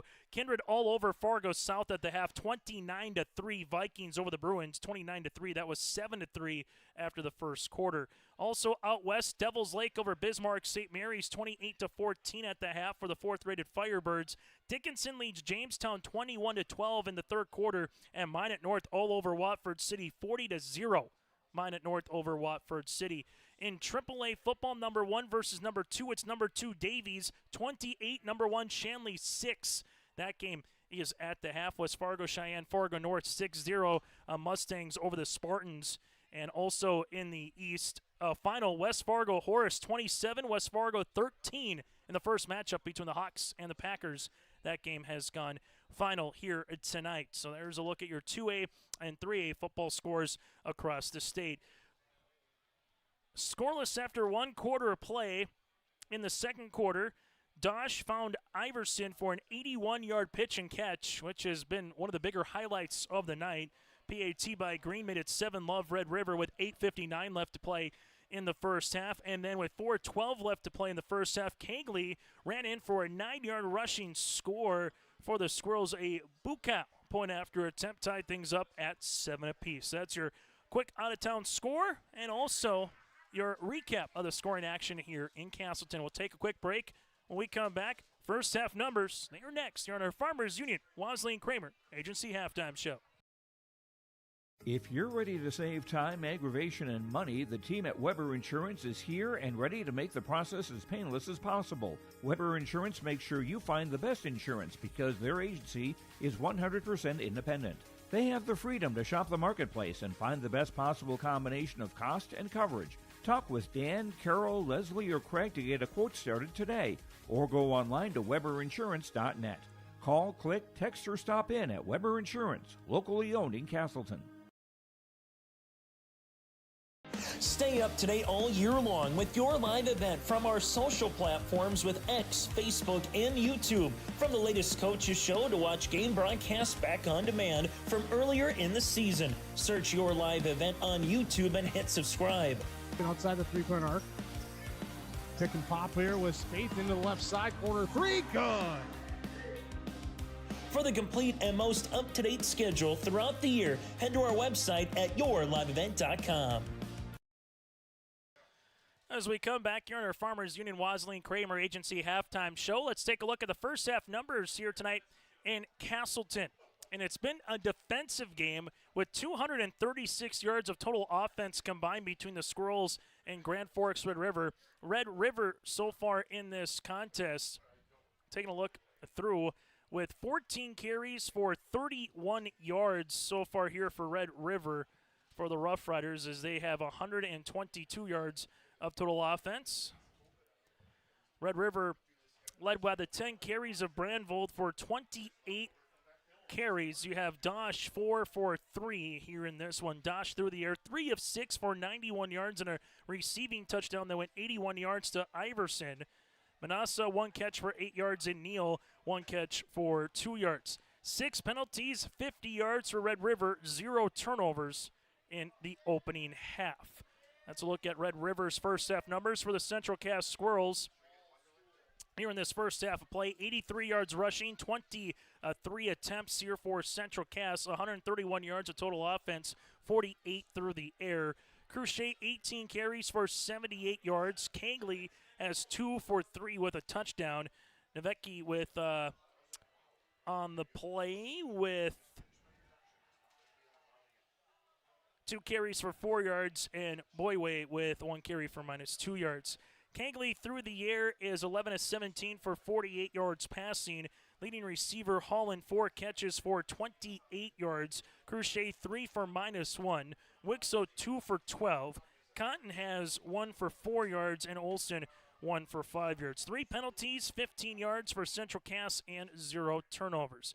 Earlier today at the DLB invite for head coach Dana Stansberry's club, able to pick up a win over Trinity. Also defeated Central McLean, so 2-0 in pool bracket. They will play South Prairie Max and Devils Lake tomorrow in the DLB invite for pool play. Well, for Red River and Carolyn Olson, they're back in action on Tuesday, hosting Davies, then play crosstown rival Grand Forks Central on Thursday. When we come back, we'll take a look at what is next across for both the Rough Riders and the Squirrels here for the final month of high school football here in the regular season in AA when we return on your live event.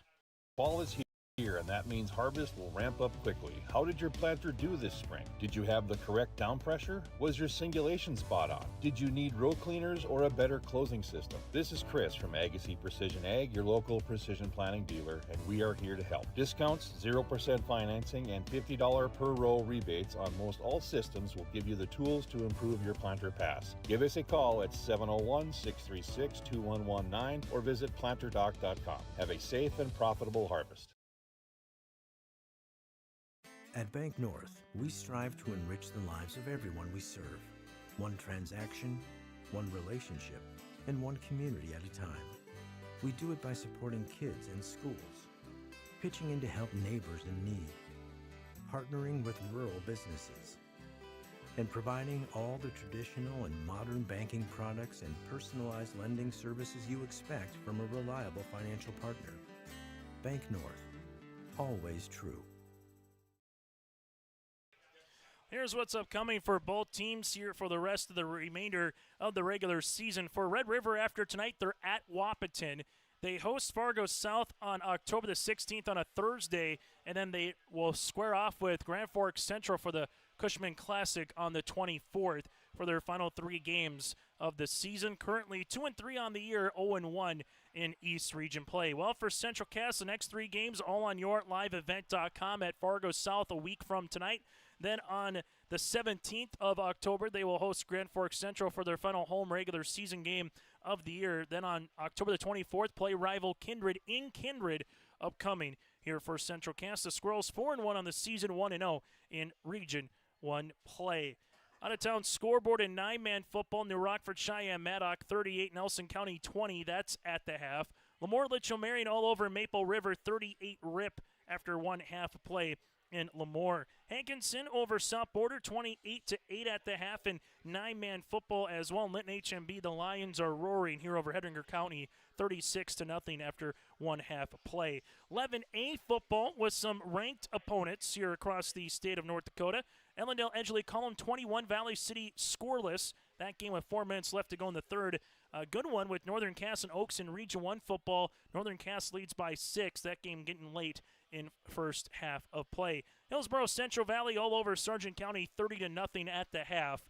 From there, number 1, Langdon area Enmore Munich getting a good push with Carrington as the Cardinals lead the Cardinals. That's 20-7, Langdon area Enmore Munich. And number 3, Velva, Garrison, Drake, and Moose all over Tioga 37-0 at the half. That again is an 11A football for your out-of-town scoreboard. A final, Grand Forks Central does defeat Wahpeton, so the Knights now 49-14 are 2-0 in the region. Kindred again 29-3 at the half over Fargo South as the Vikings trying to also improve to 2-0 in Region 2 play. That does it for a halftime show brought to you in part by Farmers Union Wasley and Kramer Agency. Scott and Tyler, your local small town agents for Castleton and surrounding communities. Whether it's crop to farm, home to auto, that and more, visit Farmers Union Insurance in Castleton for great rates and local service that you expect. When we come back after this, second half action is next in Castleton. Red River 7, Central Cass 7 on yourliveevent.com. No job too big, no call too small. Bears Home Solutions handles it all. You need a bear in there, oh yeah. Keeping homes just right with expert care. Let our stars guide you when repairs scare. You need a bear in there. Check out bearshomesolutions.com. Give them the freedom to grow with the peace of mind of security and safety. Let me do my thing. So get ready, get up, get ready, yeah. America's Best Checking for Students from Bell Bank makes it easy to let them do their thing. It's what it's all about. Visit www.bell.bank/student-checking to learn more. Or stop into a branch near you to open an account today. Let me do my thing. Bell Bank, member FDIC.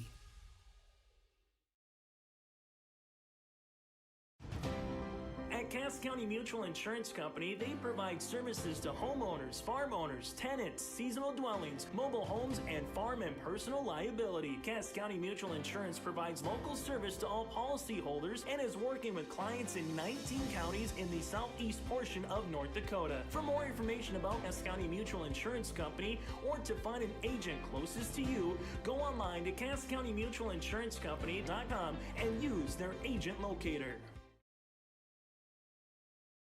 At Castleton Lumber, they want to be part of every stage of your building project from the ground up. Let them assist with planning your project timeline in a way that's affordable and efficient. Castleton Lumber has everything you need to get the look you love with windows, siding, roofing, and doors. From choosing the right materials to the finishing touches, you can count on the folks at Castleton Lumber. Stop in and talk with the crew today or call 347-4471. That's 347-4471. AA football here on YourLiveEvent.com. Number 5, Central Cass, 7, Red River. Grand Forks, Red River against 7 as well. So this one so far in terms of drive possession, Central Cass opened up the game with a punt. Turnover on downs at the 7, which was large because that's what resulted at the 9-yard line, which was resulted then a few plays later for the 81-yard touchdown for Red River. But punt, downs, touchdown, and downs, then eventually half here for Central Cass. For Grand Forks Red River, they have a punt, a touchdown, punt, and downs so far here today. Red River in their white uniforms with the red numerals outlined in black with the Teddy Roosevelt Rough Rider on one side of the helmet and the numbers on the other. For the Central Cass Squirrels, they are out in their white helmets, numbers on both sides, then the red tops and the black pants here on YourLiveEvent.com.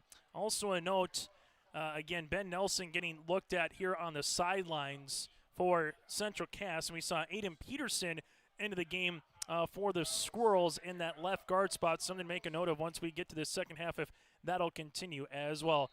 Bucal will put this one on the tee, and the second half is underway. It's a squibber. Again, it's loose for a moment, and the second time that Central Cass has tried the direct kick to the up man here for Red River, and both times Benjamin was ready for that. Savannah Sock both times saw it ricochet off him, but not far enough to where the ball became Central Cass with the football. But Red River will have it at the 48-yard line. Best starting field position here for the Rough Riders, outside of what they had it after the turnover on downs in Central Cass territory.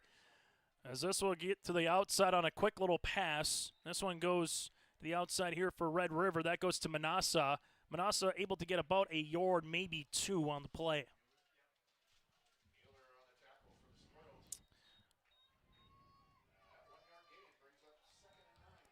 Second down upcoming as Red River quickly went to a quick boundary play trying to get to the outside. Pistol formation here for the 6'3 Dosh.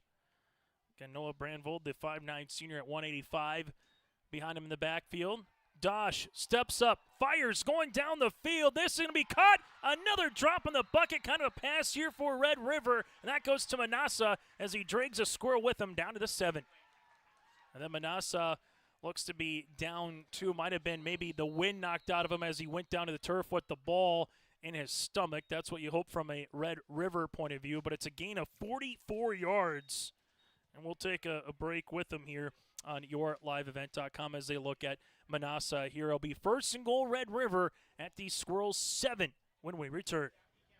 Since its beginning, the Central Cass Booster Club has generated and helped sustain fan interest in the men's and women's athletic programs at Central Cass High School. Through the years, that mission has brought in to also enhance the youth programs throughout the community. For more information, search Central Cass Booster Club on Facebook or email centralcassboosterclub@gmail.com. That's Central Cass Booster Club @gmail.com. Go Squirrels! At the Central Cass School District, excellence isn't just a goal, it's our mission by empowering individuals to make a positive impact. Central Cass School District is dedicated to providing students with an innovative curriculum supported by a variety of co-curricular activities from athletics and the arts to leadership and service, aiming to provide excellence between students, staff, family, and community. Central Cass School District, fostering student excellence by inspiring individuals to be their best. Growers, prepare your fields and yields against the wet conditions for 2025 and beyond with a drain tile project from Chad's Excavating out of Mayville. Drain tiling will improve and increase your yields and land values for years to come. Chad's Excavating provides free, detailed estimates, and with over 40 years of combined success, they provide professional installation and service. Call Chad today to prepare for your future and any questions that you might have. That's Chad's Excavating out of Mayville, helping farmers grow. High school football here today on YourLiveEvent.com. Manassa gets checked out as he will come running off the field by himself. Not putting too much pressure, though, on that right arm. But he will come out. The good thing is he was able to get up under his own pressure, being helped out. So now he'll get checked out on the sideline. But it brings up a 1st and goal after that pitch and catch from Dosh, who has thrown 2 really good deep balls of 44 and 81 yards here tonight. Manassa, 3 catches for 53, and Red River knocking on the door here early in quarter number 3. Handoff. This one will go to Brandvold. Brandvold trying to get to the outset, and a good stick by the Squirrels as they were able to come up with the tackle here in Lane Watterson, able to bring that one down, and another injured player on the field. This of the Central Cass variety. We will take a break as well here in Castleton. In Hope, North Dakota, we aren't just a town, we're a community, one that you can be proud of, where you and your family can grow.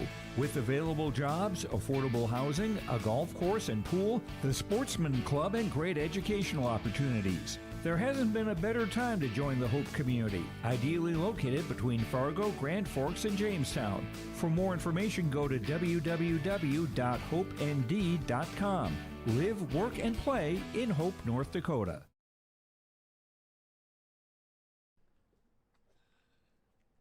What was that? Is that top insurance? No, I'm pretty sure it's Toop Insurance. Maybe toupee. Could be Toupee. Yeah, I don't know. Or taupe insurance, maybe? I don't think so.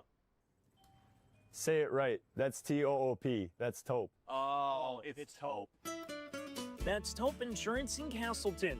Get in touch with Ryan today for a quote or review of your policies.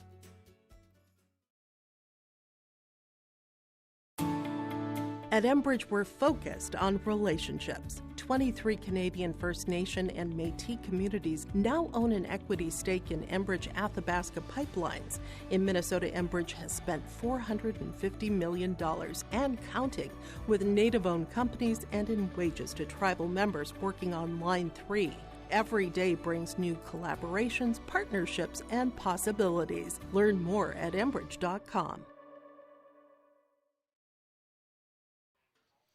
Here on YourLiveEvent.com, as they're attending to Colton Veen here, the defensive lineman for Central Cass. He's getting helped up now off the field, trying to apply a little pressure with his right foot. He just hoped that all that it was maybe he got rolled up on, a little twist of an ankle as he's coming off like Max did Manassa just a few moments ago under his own pressure and under his own capability, which is the good news here from that perspective. But it was a gain to the 7-yard line here for, again, Brandvold. 11 carries for 29 yards. 2nd and goal upcoming for Red River. One wide receiver split out either side as Dosh goes back under center. Handoff to Brandvold right up the middle, and he gets stuck, but he stays on his feet. Brandvold spinning his way to the 5, looking to get a couple of extra pushes. It'll be to the 4-yard line. Brandvold got stuck immediately, but able to spin, kept his balance, and somehow got a yard, maybe 2, on the play. 3rd and goal at the 5 upcoming. Hasn't been easy for either team here this evening. You've had 2 big plays for Red River. A nice play to Cotton, a big run by Cruchet of 25 yards, but it has been teeth-turning kind of a football game here to try to get something in positive momentum. Red River will see it. They will come out in a tight formation. They hand it off again, or a little play action. Dosh. Play action to Brandvold, rolling near sideline, looking in the flat, goes to the back. This will be incomplete. He had 2, maybe 3 Red River Rough Riders in the pattern. He had one at the sticks and Piper, and then they had another in the back that went to Brody Neal. Then brings up a 4th down, and it looks like Red River will come up for the 3-point field goal opportunity. As Green, the kicker, will come on here, as they will mark it off from the original spot of about the 5-yard line. As this will be towards the right-handed side, so he's nearly right with the actual upright on the right. This will be a 23-yard high snap, trying to put the ball down. They do, and this one is up end over end. Really good play by Dosh to somehow put that ball on the turf to allow the right-footed kick of Green to put that one through the uprights as Dosh doing the job as the holder. A kick of 23 yards, new score on the Bank North scoreboard. Red River up by 3. Homegrown local radio is now worldwide with 24-hour streaming. Download the RJ Radio app to hear local voices from local radio with KRJB, KRJM, and KKCQ 24 hours a day from anywhere. You can listen to your favorite programs like the RJ Family Morning Show, local news, farm markets, music, high school sports, church services, more from anywhere. KRJB, KRJM, and 96.7 KKCQ is streaming on the RJ Radio app. Download it to your device and take us with you wherever you go. Red River takes advantage of the good starting field position at their own 48-yard line as they put one through the uprights in a drive that goes 1 minute and 48 seconds off the clock. 23-yard field goal. Give the hockey assist there to Dosh, because if he doesn't maybe have to go up another half of a foot, I don't know if he's got enough to stretch and bring it back down before it's either blocked or maybe it goes over his head. The field goal is good as Green puts it through the uprights. And it's a new score on the Bank North scoreboard as Red River takes the opening drive of the second half and delivers into some points in a game that got underway at 7:08 tonight here on your liveevent.com. Green will put this one on the tee at the 40 as he'll be kicking from the left to the right or to the south end zone here. Here's an end-over-end pooch that will make its way here to Central Cass, as this will be to about the 32-yard line by Thummel. And Central Cass, good starting field position here past the 30. And we'll see the Squirrels out for the first time here in half number 2. So they will put this one at the 32-yard line. 10:09 left here in this third quarter. Reminder, stay tuned to our post-game show once we get there, brought to you in part by Tommy's Express Car Washes. Final numbers, out-of-town scoreboard here from the winning team, that and more.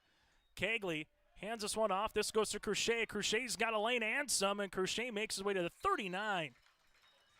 Able to see that one for a first down. Helgeson and alongside Neal come in on the tackle, but not before Crochet was able to get to nearly the 40. They'll mark at the 39-yard line, a gain of 7. 85 yards rushing for Crochet as he will get a second crack at this one, and Red River does a good job at the line, but Crochet somehow barreled his way over Wunderlich for a gain of about 2 yards. It looked like they had Crochet down to the rights, then Crochet able to get around the original spot in the tackle.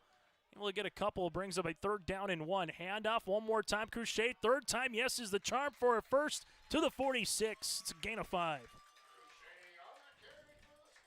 Oh, feed the future Montana Tech Ordigger on the play. Able to see the first down. Also, Aiden Peterson here at left guard to start this second half of play. And this time, coming in on the backside for the tackle is Helgeson for a tackle of loss of 2. I'll mark it to about the 45 and more towards the 44-yard line. So a loss on the play makes it now 2nd down upcoming here for Central Cass and along 11. Crochet quickly checks out. Nevecki will come back into the backfield.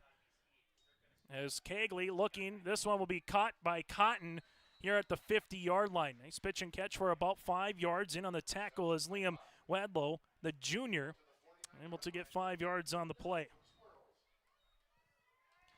2 receptions for 9 yards here for Cotton. 3rd down upcoming. Run the same play, make it a 4th and 2, trying to see if we can get past the sticks. Kegley. Low snap, Kegley fires. This will be caught, and a first down to the outside for Central Cass as the Squirrels make their way for Parker Wixo. He had 2. He found Wixo for 11. First down, Central Cass. 23 yards receiving here for Wixo. 64 yards passing for Kegley, and that one came out quick. First down, Twins near sideline. Twins to the right in a stack. Nevecki here in the backfield. Kegley will play action, looking down the field. This will be incomplete, but a flag comes in at the 30-yard line. Mason Olson, the 6'1 senior, the intended receiver on the outside. But where the flag is, might expect pass interference or holding. We'll see what Chris Larson has to say. Our white hat here tonight, as this will be holding on Red River. It'll be 5 yards, and the Rough Riders will commit the penalty as this one will make its way from the 40 to the 30, and that'll be a first down for, a 10-yard penalty. 7 penalties for 60 yards now for Red River in the game. This will be a bubble to Cotton. Cotton able to get to the numbers, 25-20, gets the first down and some, and Cotton with the speed. Able to run out of the blocks, gets 20 yards. Here's what Central Cass wants to do. Get the ball out into space to your playmakers. Cotton, 3 catches now for 29 yards. And Kegley has completed 3 for 3 on the drive, as this will be a handoff on the 1st and goal to about the 6, maybe the 7-yard line. Navecki, on that carry will blow away, able to make his way for 4, and we'll get a quick timeout here for Grand Forks Red River. We'll break as well. 7:23 left to play in the 3rd quarter. Central Cass Squirrels will see it 2nd and goal when we return at the 6 here on your liveevent.com. When you think about North Dakota State College of Science, don't think about college. Don't think about desks. Don't think about buildings. Don't think about our expert instructors or our high-tech classrooms. Think about that new pickup you'll soon be driving. Think about decorating your first apartments. Think about that great job that's already waiting for you. Then, think about how you'll be doing all of those things in just 2 years. North Dakota State College of Science, the smarter way to college. As we get to our timeout on the field, brought to you in part by Taupe Insurance. Central Cass looking to at least tie, if not take the lead here in this particular drive, the first one of half number 2. And you can see Evan Weers when we came off the field saying, let's continue to roll. Let's continue to run the football right now and see if they can get something brewing here. It'll be 2nd and goal, ball spotted at the 6-yard line at the near hash. Timeout brought to you in part by Taupe Insurance. That's Ryan Taupe in Castleton at 701-347-4045. So after the timeout, Red River will have 2 remaining here throughout the rest of the game. Central Cass, they have all 3. Cruchet will come out in this Wildcat with Holland to his left. Cruchet trying to bounce the left-handed side, and Red River was ready for it. Coming in untackled from the linebacker spot here for Red River is Oliver Piper, as that was back to the 10-yard line, and that'll be a loss of 4. As this season continues, you wonder if you see Cruchet in a Wildcat situation as he's coming off the field here, but if you see Cruchet in a Wildcat situation, if you might see some type of variation with the pop pass, or maybe you put someone in motion, as Red River was ready for that particular play call. So 3rd down and 10 for Central Cass, 3rd and goal at the 10, that is, as we'll see another timeout. And counting up Red River, 1, 2, 3, 4, 5, 6, 7, 8, 9, 10, 11. Might have had an extra guy on the field, but they'll take a timeout regardless, as they didn't like what the play call was from the defensive perspective. 2nd timeout here for Red River. Will break as well here in the 3rd. Buying and selling heavy equipment at purplewave.com saves time and money. We handle all of the details, including pictures, videos, marketing, titles, and payments. It was almost immediately over the top with the customer service. I've just never ever experienced that before with any other auction service. They're constantly working for me as the seller, and I really like that. Purple Wave Auction is straight, simple, sold. On the Bank North scoreboard, Bank North been a trusted financial partner for generations. To see what values-based banking can do for you, visit banknorth.bank. That's banknorth.bank. Member FDIC, equal housing lender. So 3rd and goal at the 10 for the Squirrels. Twins right, 1 left-handed side. They need the goal line here for Castleton. Right now it's a 27-yard field goal if they get no yards. Kegley looking, Kegley rolling, right-handed side, steps up, fires, throws. This is complete, as that'll go for about 3 yards on the play to Olson. Olson goes to the opposite hash, and I'll get that one to about the 8-yard line. It looks like the Squirrels will come on to tie the game for a field goal. So 3 yards on the pitch and catch, 87 yards through the air now for Kegley, as Olson gets his 2nd catch of the night for 8 yards. Bukow will come on for a 26-yard field goal attempt to try to tie here for Central Cass from the far hash. Clean snap, right-footed kick, Bukow end over end. This one is up and this one is good. We start the second half with a pair of field goals here in Castleton. Tied at 10 on your liveevent.com. Hi, we're Tommy's Express. Scan the QR code for a fast pass to a free month of washing. Our modern car wash offers a bright, open environment and a low-stress conveyor belt entry. Our signature scent, ceramic body wax, spot-free rinse, and heated blowers give you the best shine in town. Check out the wash for yourself. Washing your car is easy, fast, and fun. Visit Tommy's Express today. 2 possessions in this second half. Both teams cash in on respective field goals, and we're tied at 10 apiece here on your liveevent.com. And a drive that goes 4 minutes and 3 seconds off the clock. A 26-yard field goal by Bukow, his first field goal of the season. And right now it's a 10-0 a game. This has the feeling of who has the ball last in the fourth quarter could potentially come away with a region victory with how these two teams very evenly matched this evening here in Castleton, as Bukow will put this one on the tee at the 40-yard line, kicking to the north end zone. Here's the right-footed kick, a line drive kick that goes to the second up man on the far side, and I'll go to about the 37-yard line here for Red River on the boundary, as that'll make its way for a play, and we'll see it here for Red River. They've had good starting field position again. This will be at the 37. 7th possession of the game here for Red River. As this will be at the 37 here for the Rough Riders. So far, Red River, it's been 2 big plays by Dosh through the air. So this will be a hand up. Brandvold trying to get to the edge. Gets the numbers 40. And Brandvold's going to take a stick and eventually gets thrown down at the 42-yard line. So Brandvold able to make his way to the 42. It's a gain of 5, and it's second down and 5. Brandvold gets thrown down, 13 carries for 36 yards. As Red River, 1 wide receiver near side, twins to the left, shotgun formation. As we're seeing Central Cass, more of a 2-deep look now here defensively. Handoff, Brandvold. Brandvold able to get to the 45, spins his way past the 46 and down to the 47. Looks to have enough for the first down, and he does. Able to get a nice play to the 47-yard line. Make it the 48. As both Red River and Central Cass, we've seen the sugar no huddle throughout the course of this game.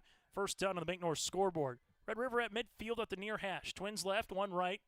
Shotgun again. Brandvold as they pull, as Central Cass able to kind of stingy that one up a little bit as Dom Leach, the left guard, went on a pull. They get about a gain of 2, but Central Cass kind of won that battle a little bit there when you're pulling a guard, not allowing Brandvold to stick his foot in the turf and really go north to south.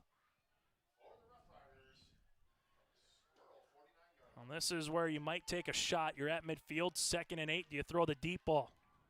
Dosh, shotgun. Dosh looking to throw a screen instead. That'll be a tunnel screen that gets met and stuck. As this going to be a catch from Red River, Oliver Piper. And Piper came across and getting ready to stick him across the middle, not being fooled, is Hunter Rohr. Gain of a yard. As in on the play here for Red River. Do get 1, but brings up a 3rd and a long 7. If Rohr isn't there, that one could have went a while, but instead, able to sniff that one out. 3rd down upcoming. Red River has a crossing man coming across the field. Caught him at the 40-yard line. Rough Riders to the 30. Red River gets to the 25-yard line. Noah Iverson on a crossing pattern. If you can't get there right away and you let someone come across the field on that kind of a play and route design, makes its way to the 26-yard line. So from the 48 to the 26, it's a gain of 26 yards. Iverson, 2 catches on the way for 107 yards and a touchdown. Well, you got 163 yards passing for Dosh, who in this second half is 4 of 5 in the game, or in this second half. Dosh rolling, left-handed side. Dosh firing across. This is going to be caught for the first down and some. As they're able to get to the 16-yard line. As this will make its way to the far side, it's going to be a completion on the way to Piper. So back-to-back catches to Piper. And this looks to be enough for the first down. They're taking a look at it on the far side to see if it's second and 1 or a first and 10. And they will bring out the chain gang here potentially, as they need it to be at the 16 again. And Chris Larson says it is far enough for the first down. So Piper back-to-back catches, and Red River knocking on the door here. 3:23 to play in quarter number 3. Two wide receivers, right-handed side. Two high safety look again. Brandvold with the rush. Brandvold gets to the 10. Brandvold breaks a tackle. Brandvold spinning his way to the 4. Have an injured Rough Rider in the backfield. Looks like to be a offensive lineman. It's a gain of 12 yards here for Brandvold. 16 carries on the evening for 56 yards. We'll let you know about the injured Rough Rider when we return. Catch all the action of the fall postseason for Minnesota and North Dakota high school football and volleyball on yourliveevent.com. Going down the field, it's picked off here from Kindred. Tanning Johnson to the 30, to the 25. Johnson, could he go? Yes, sir! A 45-yard pick six for Takes it up, played high in the air by Horkeneer's risky left side off of a touch. Kept alive Thornton. Now played high. Angle. Severson. Smash! Count. Good! Check out the postseason schedule on yourliveevent.com. Timeout on the floor brought to you in part by Cass County Mutual as they attended the 6-foot, 270-pound senior guard in Ryan Ward here for Grand Forks Red River. Timeout again brought to you in part by Cass County Mutual. It'll be first and goal upcoming at the 4-yard line after one of the longer rushes of the night, and it was the longest rush of the night here for Brandvold. 16 carries, 56 yards. That last one went for 12, and it brings up a first and goal opportunity here as able to come up is Ryan Ward as he will check out, but that means a new right guard will have to come in for Red River. And they will be 4 yards away from trying to play with a lead. So far in this game, in terms of the Bank North scoreboard, it's been 7-0 Red River, 7-7 at the half, 10-7 Red River, and then 10-10 here in the third. So Red River looking to get back up for the third time today. Matt Dosh in the gun. And we'll see everybody maybe but the center. Okay, maybe it wasn't that, but got a couple of offensive linemen leaning, the Brandvold leaning in the backfield as well. 8th penalty for 65 yards, and that's something that Vern Muir mentioned to us in the pregame. He goes, whether it's defense or offense, there's just lapses in certain drives where all of a sudden we give up a big play. All of a sudden offensively we have a good 20-yard play, but then we have a penalty and we just shoot ourselves in the foot, and that has continued here in this second half. This will be a QB keeper by Dosh, who rolls his way to about the 5. Gain of a nearly 3.5 to 4 yards on the play here for Dosh. His 5th carry of the game does have 7 yards. Here on the season, Dosh came in with 4 rushing touchdowns on 23 attempts with 69 yards and 2 receiving touchdowns. They started him off as the wide receiver. As Reese Walters not able to play tonight, Dosh goes into that quarterback spot. And he's done really well so far. He went 3 of 6 in the first half, and so far 5 of 6 here in the second half for 173 yards and a passing touchdown. Second and goal, they go I formation under center, fullback dive, and that one able to maybe get a yard or 2. As it's the first time we've really seen a fullback dive on the play here for Grand Forks Red River. Unable to get much on that particular play as the fullback dive here eventually went to Piper. So they put Piper in the backfield. Able to get a yard and brings up a third down. Brandvold single back, a bunch to the near side here for Red River. Dosh goes under center. Dosh hand up. Brandvold, and Brandvold is met in the backfield as he's able to get back to the line, and that's about it. Really good play coming through the middle as Thummel was able to come in and force a field goal attempt here for the Rough Riders. So a field goal opportunity for Rylan Green. Green will put this one from the left hash from 21. He made one from the right hash from 23 earlier in the quarter. Dosh, clean snap. Here's a right-footed kick, end over end. This one is up, and this is good. It is good. It just sneaks through the upright of the left-hand side, and Green has the field goal. It's a 21-yard variety, and Red River back up by 3 on the Bank North scoreboard. Stop on out to Watts Ace Hardware in Castleton and gear up with name brands from Steel, Milwaukee, Ego, and Craftsman Power Tools. Watts Ace Hardware has a key cutting section, and check out their different paint mixing options from Benjamin Moore, Clark and Kensington, and Royal. From their grills to Traeger, Blackstone, Weber, and the Big Green Egg to the Customer Laser Engraving Center. Watts Ace Hardware is a place you need to check out. Stop in at 1610 Governor's Drive in Castleton for Watts Ace Hardware. Well, Red River and Central Cass, you'll kind of take the silver outlining. The silver outlining, if you're Red River, you're playing with the lead. If the silver outlining is for Central Cass, you're just forced to get another field goal here with 3 points. But Red River started the ball with 6:01 left to play in the third quarter, and they drained over 5 minutes off the clock. Started at their own 37-yard line, and it's another field goal. So back-to-back field goals here for Red River in this second half of play, as the Rough Riders will put this one on the tee. As Green will put this one at the 40-yard line here. A note, Red River has already burned 2 timeouts in this half. Central Cass, they have all 3 remaining.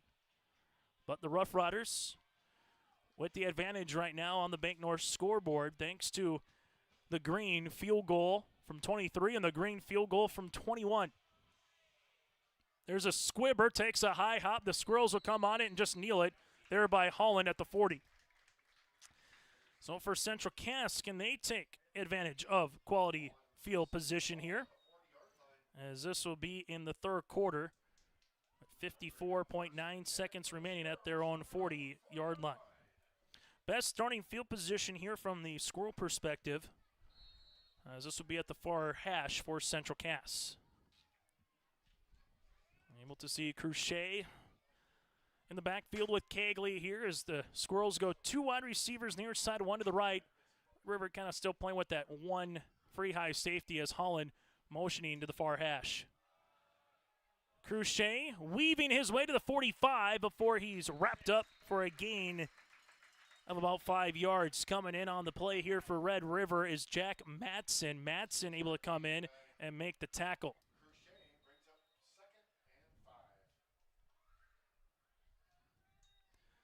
Cagley looking for the double move down the field. Cagley will find it to Cruchet with the one-handed catch, but this one will go out of bounds. And then it's a matter of where it went out of bounds at, and they'll say at the 44, so it's a loss of 1. Cruchet 4 catches on the evening for -2 yards as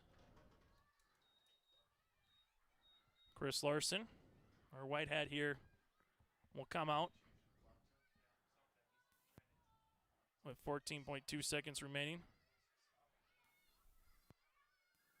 As will be third down on the way. So 13-10 here, Central Cass down by 3. Third down on the way at the 44-yard line. As they're trying to take a look at the time of what they should have, and they will put 22 seconds on the clock, and we will get back to business. Third down here for Cagley. Cagley, handoff. Cruchet gets past the 45. Red River again doing a good job tackling. I was able to see that here with Brody Neal. It is a gain of 3 as the Squirrels quickly get to the line. See if they hike this one off, or they will go to the fourth quarter, and it will be to the fourth quarter. After 3 quarters of play here in Castleton, Red River, thanks in part to 2 field goals by Green of 23 and 21 yards, have a 3-point advantage as we make our way to quarter number 4. Red River up by 3 on the Squirrels. It'll be 4th down on the way here for Central Cass at midfield. If you're ready to save time, aggravation, and money, the team at Weber Insurance is here and ready to make the process as painless as possible. Weber Insurance makes sure you find the best insurance because their agency is 100% independent. They have the freedom to shop the marketplace and find the best possible combination of cost and coverage. Talk with Dan, Carol, Leslie, or Craig to get a quote started today, or go online to weberinsurance.net. Call, click, text, or stop in at Weber Insurance, locally owned in Castleton. Stay up to date all year long with your live event from our social platforms with X, Facebook, and YouTube. From the latest coaches show to watch game broadcasts back on demand from earlier in the season. Search your live event on YouTube and hit subscribe. Outside the three-point arc. Pick and pop here with Spaeth into the left side corner. Three, good. For the complete and most up-to-date schedule throughout the year, head to our website at yourliveevent.com.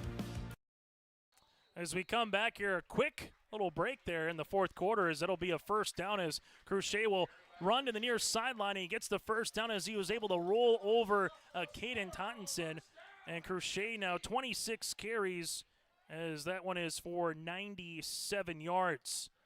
Kegley goes outside. This will go to Holland. Holland gets the 45-40, and Holland will get to the 39. It's a gain of 11 after Wixo opens up the block on the outside. Holland 5 catches for 39 yards here this evening. Kegley surveying, steps up, fires. This will be incomplete at the 25 as the intended receiver for Central Cass will be Carver Kozowski, be incomplete in 2nd and 10.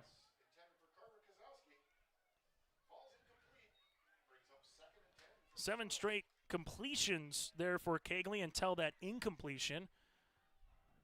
As Kegley, 2nd and 10, hands this one off to Crochet. Crochet gets the numbers to 35-30, and Crochet hops forward for the first down for a gain of 11. 108 yards for Crochet.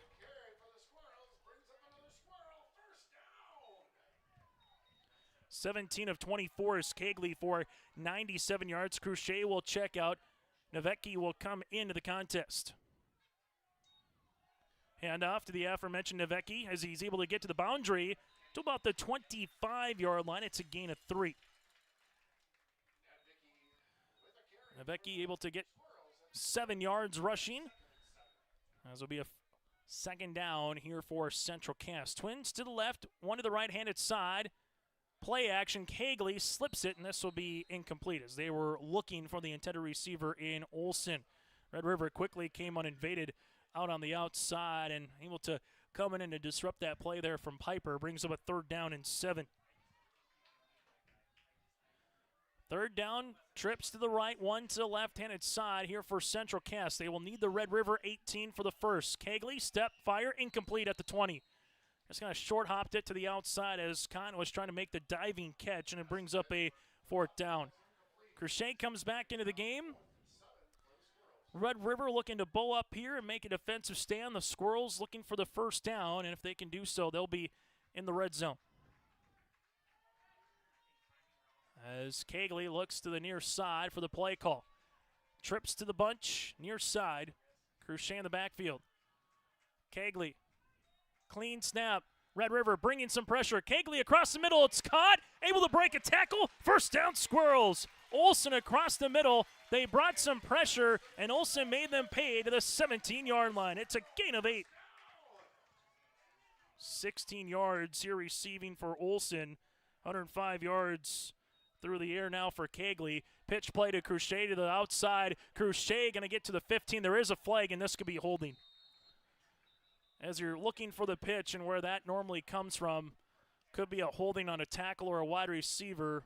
And we'll have Chris Larson with the call here. It's about a gain of 0 on the play, and the holding penalty, this one will be accepted. First penalty of the second half for Central Cass, their 4th of the game. They have 25 yards for penalties. Red River, 8 penalties for 65 yards in comparison. Shotgun, make that pistol formation here for Kegley. Motion man is Crochet. Kegley looking for the double move, has him down the field, caught, touchdown, Central Cass. Blaze Cotton hot steps into the end zone for 27 yards, and Kegley with the passing touchdown. And the Vuvuzelas are back out here in Castleton. 27-yard score to Cotton. 4 catches for 56 yards and a receiving touchdown here for Blaze, and his 5th receiving touchdown of the season. You fake the screen out to Crochet. All the eyeballs go there, and nobody was back home for Cotton. The right-footed kick by Bukow is good, and we got a new score. For the first time tonight, Central Cass leads on the Bank North scoreboard by 4 here on YourLiveEvent.com. Fall is here, and that means harvest will ramp up quickly. How did your planter do this spring? Did you have the correct down pressure? Was your singulation spot on? Did you need row cleaners or a better closing system? This is Chris from Agassiz Precision Ag, your local precision planting dealer, and we are here to help. Discounts, 0% financing, and $50 per row rebates on most all systems will give you the tools to improve your planter pass. Give us a call at 701-636-2119 or visit planterdoc.com. Have a safe and profitable harvest. Touchdown on the way on our Bank North scoreboard. Central Cass leads it now by 4 here, 17-13 on YourLiveEvent.com. And a drive that goes 60 yards, able to take off on the clock. Minute 45, you carry the 55, so, about 2:45 on the play for the drive there for Central Cass. But the big play of it, you fake the screen to Crochet. Cotton sold it, then went right up the seam. Nobody was home on the backside. 27 yards on the pitch and catch by Kegley to Cotton. Here's the right-footed end-over-end kick by Bukow, and this will take a bounce, stay and bounce at the 13-yard line. Go outside. Red River able to break a tackle, still weaving his way, eventually taken down at about the 20-yard line here for Red River by Brody Neal. He's feisty, as Red River will have it. First down and 10, and the first time Red River is trailing, will have the ball at the 21-yard line. 8th possession of the game for Red River, their 3rd of the half. Reminder, 10:08 left to play here in half number 2, and Red River with just 1 timeout remaining. Central Cass has all 3, but Red River able to feed a little bit of Brandvold, then take a shot or two at Dosh through the air. Where will they go here? Brandvold with it, gets to the 20-yard line. Thummel trying to make the tackle, breaks out of it, and eventually Holland is there. I'll get right back to the line again. The line of scrimmage makes it 2nd and 10. Very workmanlike game for Brandvold. 18 carries for 56 yards. Brings it 2nd and 10 here for Red River. The Rough Riders near side with 2 wide receivers, 1 to the right. Shotgun formation here for the senior Dosh. Dosh looking for it on the screen, incomplete. They were looking for the tunnel coming through to Iverson. Kind of faking it to the outside of Brandvold with the eye candy, then come through to Iverson, incomplete, makes it 3rd and 10. I've seen a little bit of everything offensively for these two teams. For a moment, with how Brandvold went out, I was thinking of the hook and ladder with how he kind of came out of the backfield. See if we maybe get a trick play or not, but regardless, a large 3rd down here for Red River. You don't want to go 3 and out and put your defense back on the field. If you're the Squirrels, opportunistic here defensively. Can you get the stick and get the ball back? Dosh, shotgun. Dosh looking, wheel route. Brandvold with the catch. Brandvold gets wrapped up at the 25-yard line. It's a gain of about 3, maybe 4 on the play to the outside as Holland comes in on it, and that'll make it a 4th down and a long 6, maybe 7. Brandvold with his first catch of the evening, and Red River will come out to punt as Dosh will stand back at his own 10-yard line. Cotton back at his respective 37-yard line. Central Cass come after it, or will they go for the return? 4th down. Squirrels, they're going to come after this one. This will be kicked. Dosh able to get a nice spiraling punt to the 40. Fair catch by Cotton, and it's about a 40-yard punt on the way. 35 yards, and that's where we'll have it. But a flag back at the 36-yard line into Red River territory. So right now it will be at the 41-yard line pending the penalty, which was in the air of the punt when that flag came out before Cotton was able to have it. See if it's on Central Cass or if it's on Grand Forks Red River. Right now the officials will talk it over here. 8:53 remaining in the 4th quarter. Reminder still to come. It's our Tommy's Express Car Wash postgame show. Stay tuned to our postgame. We'll hear from the winning team. Take a look at the final numbers in this one and put a bow on the first Friday in October. Still feels like August outside, though. as we'll have a personal foul face mask on Red River. So that'll be 15 yards from the end of the spot. And Red River with another penalty. 9 penalties for now, 80 yards. So for Central Cass, you get the stop, and all of a sudden, boom, you're in business with 8:53 remaining here in the fourth quarter. A touchdown to try to get up by 2 scores. Handoff, Cruchet bounces left and inside to the 40, and he gets stuck right there. A gain of about 4.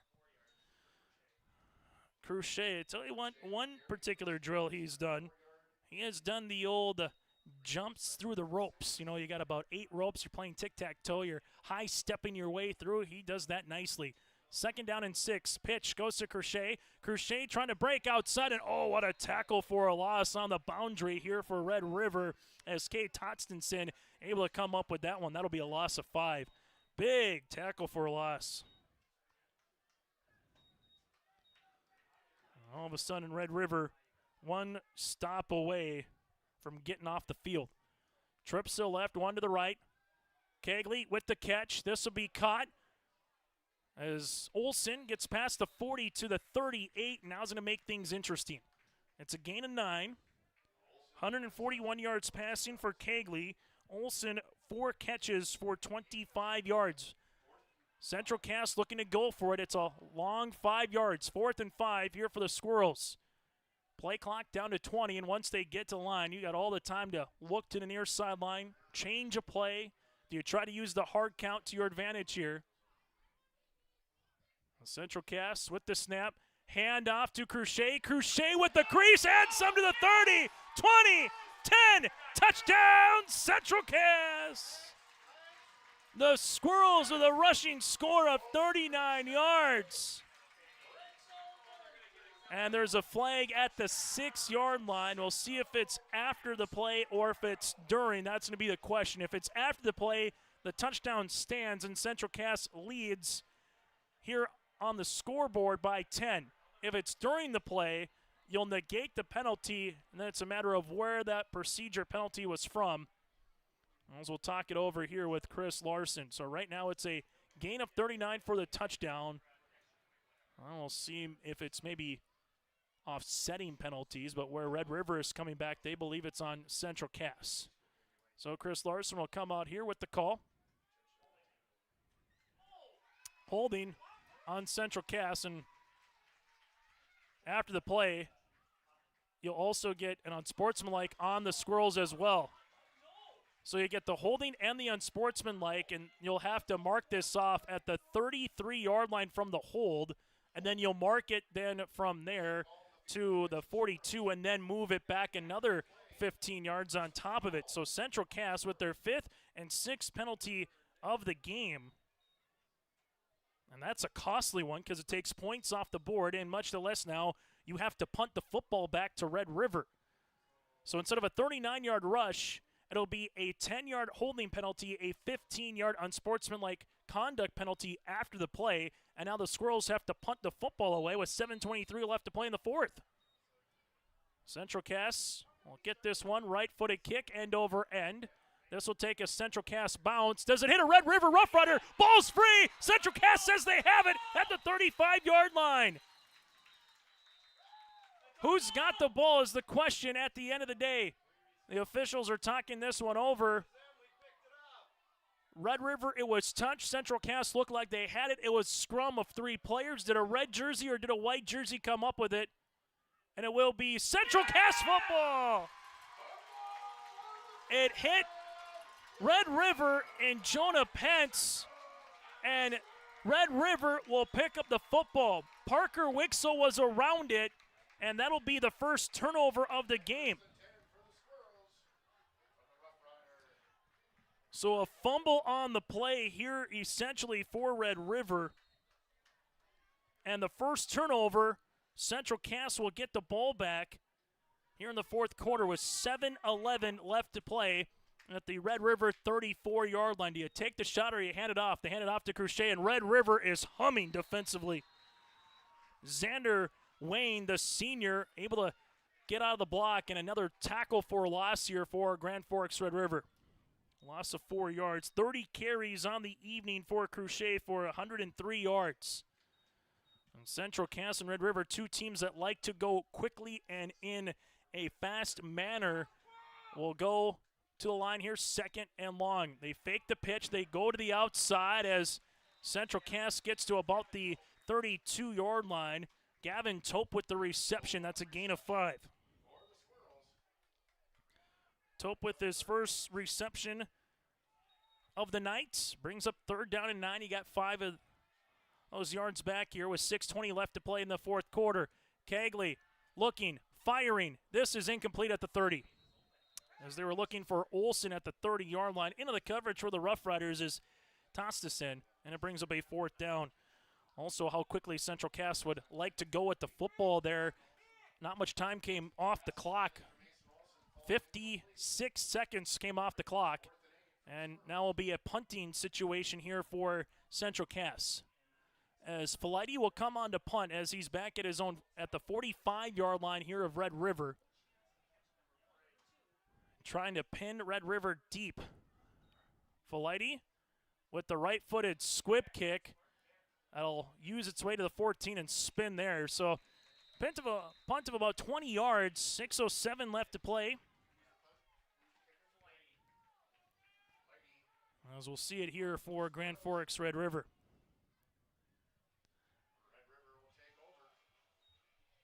As the ball will be at the 15-yard line for the Rough Riders. And after all of that, if you're Red River, cut a break. After the fumble, only about a minute comes off the clock till your offense gets the ball back. You need 6. Field goal doesn't do you much right now from the Rough Riders' perspective. So pretty much 4th and to-go territory here for Dosh and Red River. Ball at the far hash. Dosh, 2 wide receivers coming across. This will be incomplete. Looking for Iverson. In on the coverage here for Central Cass was Blaze Cotton as he got that hand up and batted it down.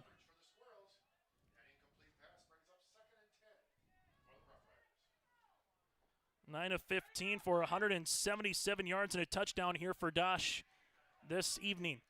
Twins near side, 1 to the right, tight end on the right-handed side as well for Red River. Dosh looking to set up a play, steps through it. Dosh working his way to the near side, gets to the 15, cutting it up to the 20. Dosh makes a man miss and takes a hit right at the line to gain. That'll be a gain of 8, maybe 9, and Dosh weaves his way to make it 3rd down and short.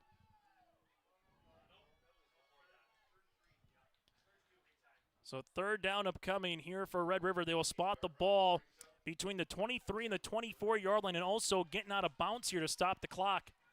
Dosh, shotgun, hand up. This goes to Branvold. Branvold trying to make a stick, and a really good pursuit by the Squirrels. Grady Mueller was there to turn him back up the field and allow his teammates to come in on the tackle. Keaton Link and also Aiden Thummel on the play, and Red River will have to punt this football away as it goes back to the 22-yard line. So a loss on the play there for Branvold. And Red River looks to elect to punt this football away. Again, they just have 1 timeout remaining. So if you punt this football away, Central Cass will look for that long, sustained drive or put one in the end zone. Dosh going to QB keep it, or the punter going to keep it. He's a QB, and they fake it perfectly, and Dosh has space past the 40 to the 50. That might be one where you're the coach and you trust the senior to say, if there's no one on the edge, go for it. If someone's there, punt the football away, and they went for it, and they're able to convert for a 24-plus yard rush there by Dosh.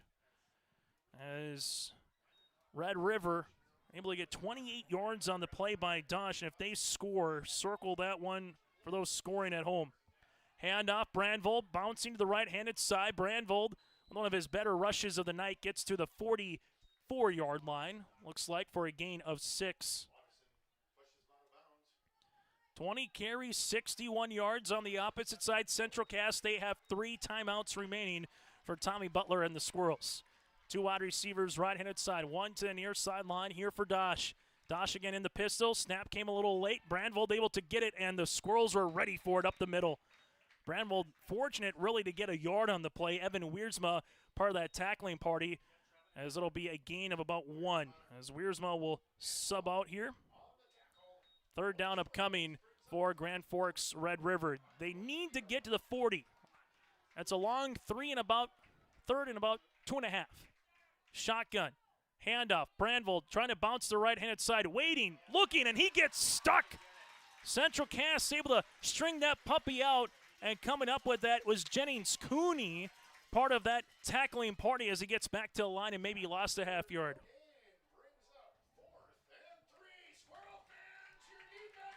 Fourth down here for Red River. You put the ball in Dosh's hands, and good things have happened tonight for Red River. Will they give him the chance here? He will roll to the near side. Dosh looking for it to the 50. Dosh trying to get to the sticks. The 40 has it, and Dosh yet again takes a broken play as that's able to get to 7 yards. Everybody froze except the center and Dosh pretty much. Not sure if that was designed, but Dosh had to run for his life, and he got the first. Normally that's not a design play, but it works regardless here.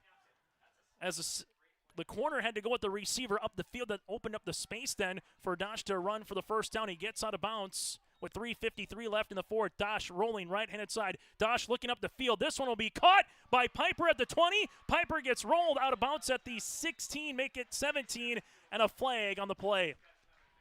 So Piper able to get to about the 17-yard line for a gain of 19. 196 yards passing.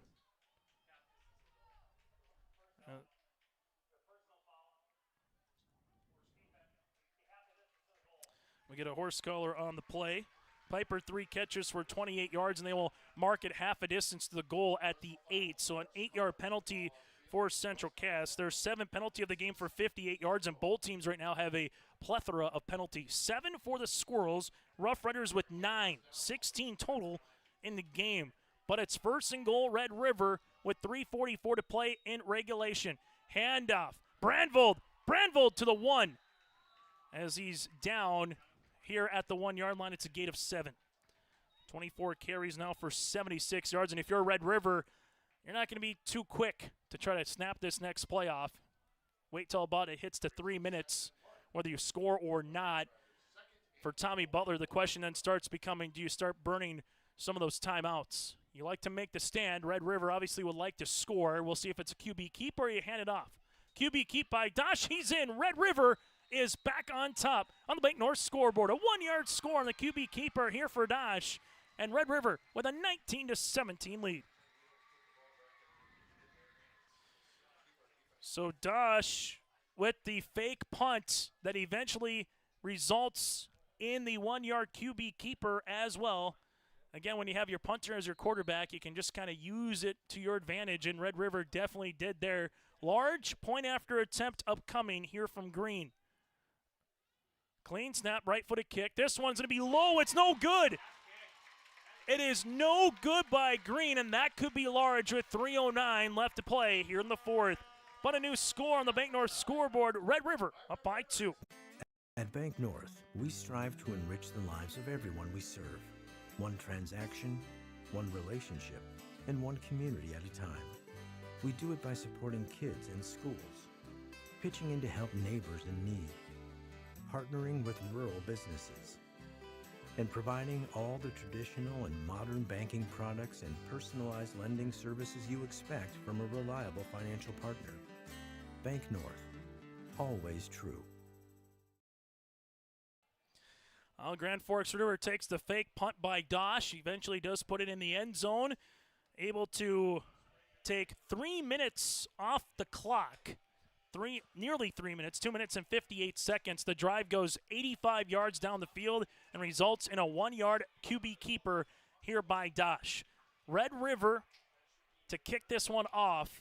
And we've seen the squib. We've seen the sky little pooch kick here for the Rough Riders. We'll see if that continues on the way for Red River here with Green. As Green puts this one on the 40-yard line as Red River up by 2 here in a entertaining game. Largest lead has been 4. Up over end kick, and this would be Central Cass, and that should be a fair catch as he had Cash Lorenz looking to fair catch it. and then eventually taking it away from him for Central Cass was Thummel. So the Squirrels will start with the football, and we'll see where they spot it. Looks to be right around the 25-yard line. And from the Red River perspective, they're saying, hey, he waved for a fair catch. That was the Wrens, but Thummel went to grab it. And that's where Central Cass will have the football, as it looks like, at the 25-yard line.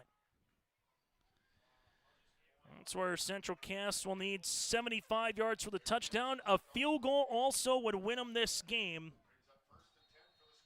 as they will put it at the 25-yard line. Crochet in the backfield. Kegley here will be in the pistol formation. Handoff to Crochet. Crochet looking to bounce as he gets his way to the 30-yard line. As Crochet gets to the 32, it's a gain of 7. Good start here for the Squirrels. 31 carries for 110 yards. He has 4 catches as well for Crochet. 34 touches just offensively here for Central Cass. 2nd and 3 quickly here for the Squirrels as Kegley back in the pistol. Handoff to Crochet one more time. Crochet bounces left-handed side, gets to the 40. Crochet to the 45, and he's wrapped up there. It's a gain of 13 for Crochet. And we get a timeout on the field, an injured Rough Rider here with 2:36 left to play in the 4th quarter. Central Cass will have it 1st and 10 when we return. No job too big, no call too small. Bears Home Solutions handles it all. You need a bear in there, oh yeah. Keeping homes just right with expert care. Let our stars guide you when repairs scare. You need a bear in there. Check out bearshomesolutions.com.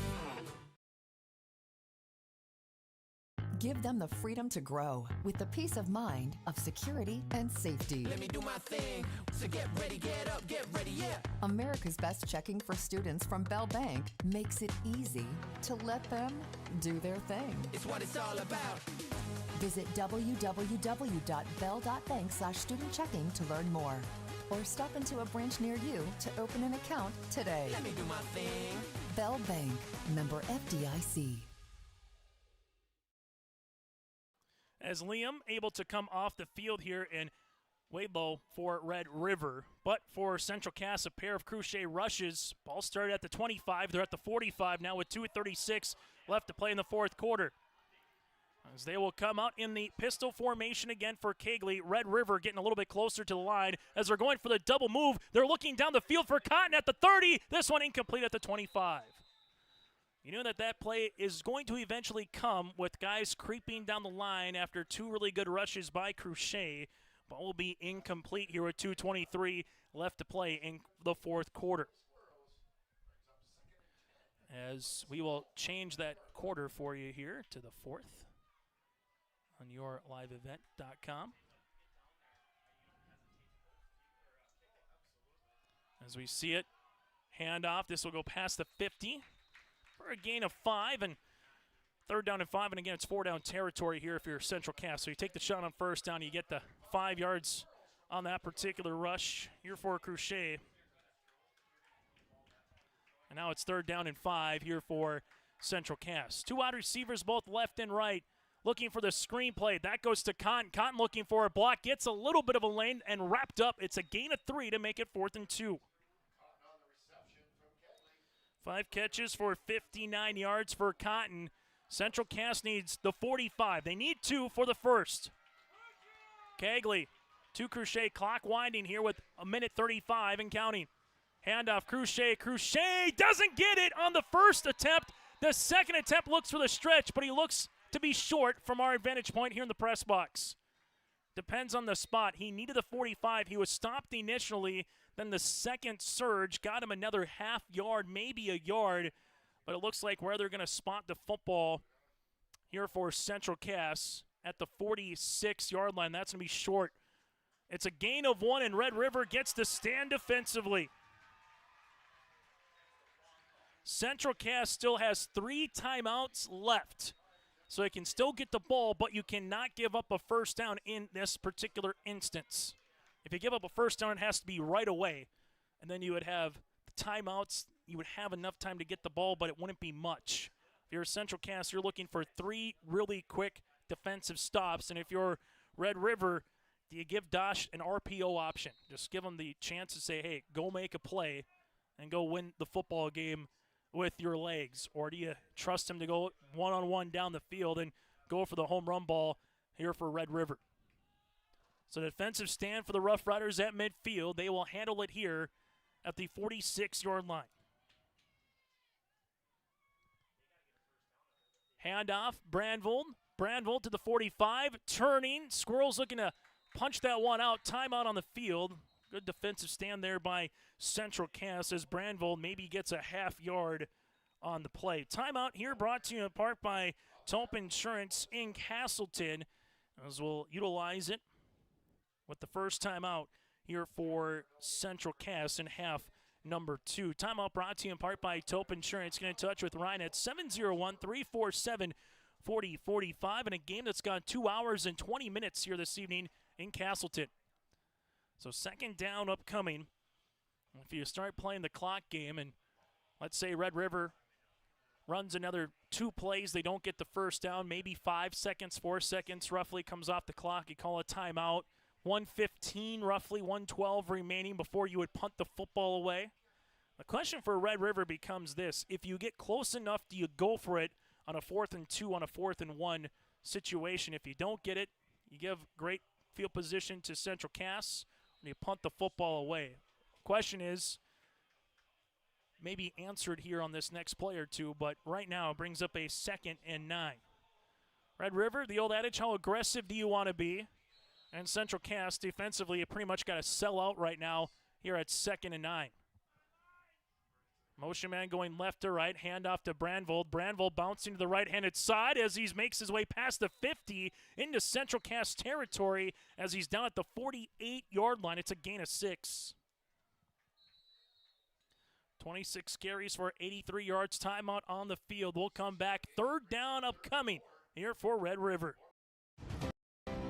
At Cass County Mutual Insurance Company, they provide services to homeowners, farm owners, tenants, seasonal dwellings, mobile homes, and farm and personal liability. Cass County Mutual Insurance provides local service to all policyholders and is working with clients in 19 counties in the southeast portion of North Dakota. For more information about Cass County Mutual Insurance Company or to find an agent closest to you, go online to CassCountyMutualInsuranceCompany.com and use their agent locator. And a right on cue. Timeout brought to you in part by Cass County Mutual. It's 3rd down upcoming for Red River. They will need the Squirrels' 44-yard line. So 4 yards is what Red River needs to put this game on ice and head up north with a 1-1 region record. And that would put Central Cass to a 1-1 region record as well. 3rd down. Under center goes Dosh. Brandvold single back. Red River with Dosh here trying to get the hard count, and a timeout here from the Rough Riders. Play clock at 14, so you're trying to see if you can get the free first down for a defensive lineman to jump. That's the final timeout here for Red River. We'll keep it here on yourliveevent.com. It was tied at 7 apiece at the half. 2 field goals by Red River with a green 23-yarder and a green 21-yarder in the 3rd quarter. Bukow had a 26-yard field goal to tie the game at 10 apiece. Then Kangley to Kant for 27 yards with 10:15 left to play in the 4th quarter. They faked it to Crochet on the screen, went right up the seam to Kangley to Cotton for the touchdown of 27 yards. And then Red River, well, they allowed Dosh to kind of run the fake punts and just take a look at what the defensive alignment was. He ran the fake, got the first down of 26 yards, and eventually got the QB keeper to put the ball in the end zone and give Red River the lead at 3:09 left in the 4th quarter. 3rd down upcoming here. Is it 3rd in the ball game? Handoff, Brandvold rolling right-handed side or rushing right-hand side. Brandvold's going to get stuck. It is a gain, getting closer to what we said earlier. Do you go for it on a 4th and 2, 4th and 3? It's at the 42-yard line, right between the 42 and the 41. Right between the 47 and the 46. Gain of about 1 on the play and a timeout here for Central Cass. So 4th down upcoming. Central Cass and Red River are both out of timeouts for the duration here of regulation. And for Vern, this could be one where you come out, try the hard count one more time. If you take 5 yards in the penalty, so be it. See if you can get the free first down. And with where Red River is going, might you run a play-action play, allow Dosh to roll out to the side, give him the opportunity to throw if it's there, run the football, say go to the sticks, because we've seen him on plays when he rolls out. He knows where the line to gain is more times than not. And, again, a wide receiver that would run a stick route almost, but as a quarterback, just saying, where is that magnet of the line to gain, and let's stretch for it. For Central Cass, if he can make a defensive stand here, whether they punt the football or elect to go for it, you have 0 timeouts remaining. A field goal wins you the game. Dosh and Red River looks like they will come out and punt this football away. So Red River looking to play a field possession game here. Dosh at his own 40, Cotton back at his own 15 for Central Cass. As Red River will come tight to try to make sure no block comes across. Snap to Dosh. Dosh with the right-footed boot. A beautiful kick that will come to the near side. Cotton will catch it on the run at the 10 to the 15. Makes 2 guys miss to the 20. Picks up a block, 25, 30. Cotton near sideline to the 35, 40. And a flag will come out at the 50-yard line as Cotton gets past. And it's a return of 40 yards. But the flag back at the 30-yard line looks to negate the return. If you would have the return to the 40 in it, this one will be more than likely against Central Cass. We'll see what Chris Larson has to say. And this will be a block in the back on the Squirrels. This will be from the spot of the foul at the 35-yard line and mark it back from there. Central Cass now will have their 8th penalty of the game, and that'll be for 68 yards. Eventually becomes a 25-yard penalty in terms of where you would start with it at the 50, but instead it'll be at the 25 here for Central Cass. Still with time, 59 seconds to play here in regulation. Squirrels, field goal to win it, but they need yards to do it. And Red River looking to keep everything out in front of them here as they will come out on the field for the Squirrels. Trips to the left-handed side. This will be caught. That'll go Holland. Holland at the 30-yard line, caught to the 33. It's a gain of about 8 yards on the play.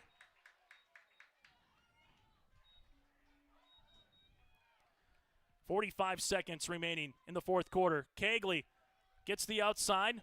This will be caught, able to get inbounds or out of bounds. Well, it's going to stop the clock for a moment to the 39. It's a gain of 6. Holland, 7 receptions for 53 yards. Able to put that one through, and that's where the clock will stop. So adding up the numbers, 154, 160 for Kegley. It'll be 2nd down and 10 upcoming. Here for Central Cass, as they were looking to make sure they had it at the right spot, as Kegley again was trying to spike it. But right now they're going to talk it over and see where the clock is, but also if they had it at the right spot to maybe allow Central Cass to have a 1st and 10, or is it 2nd and 10? Again, they went up there to make it 2nd and 10 to clock. It never went out of bounds. But if it wasn't at the right spot on the line, they might have to redo 1st down.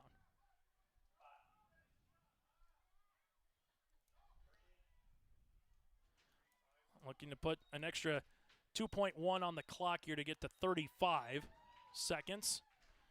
That's what they'll do. So 2nd down and 10. They will say it is a clock, and the clock will start here on this play for Kegley. Play clock gets to 18 seconds. Kegley looking down the field, steps up. Kegley throws. This will be incomplete, but a flag comes in. And this will be on the Rough Riders. As a pass interference, or is it holding? Because there's some yardage that would get involved here from the Central Cass and Red River defensive point of view. You got yards to give, but Central Cass quickly eating up those yards in a hurry, and the clock will stop again at 30.6 seconds. This will be pass interference. Red River will pick up their 10th penalty of the game and move it now to the 45-yard line. As we'll see it here, 1st and 10, Central Cass. 2 wide receivers left and right. Pistol formation again for Kegley. Kegley, step fire, throw to the outside. Wixo gets wrapped up inbounds at the 39-yard line. It's a gain of 6.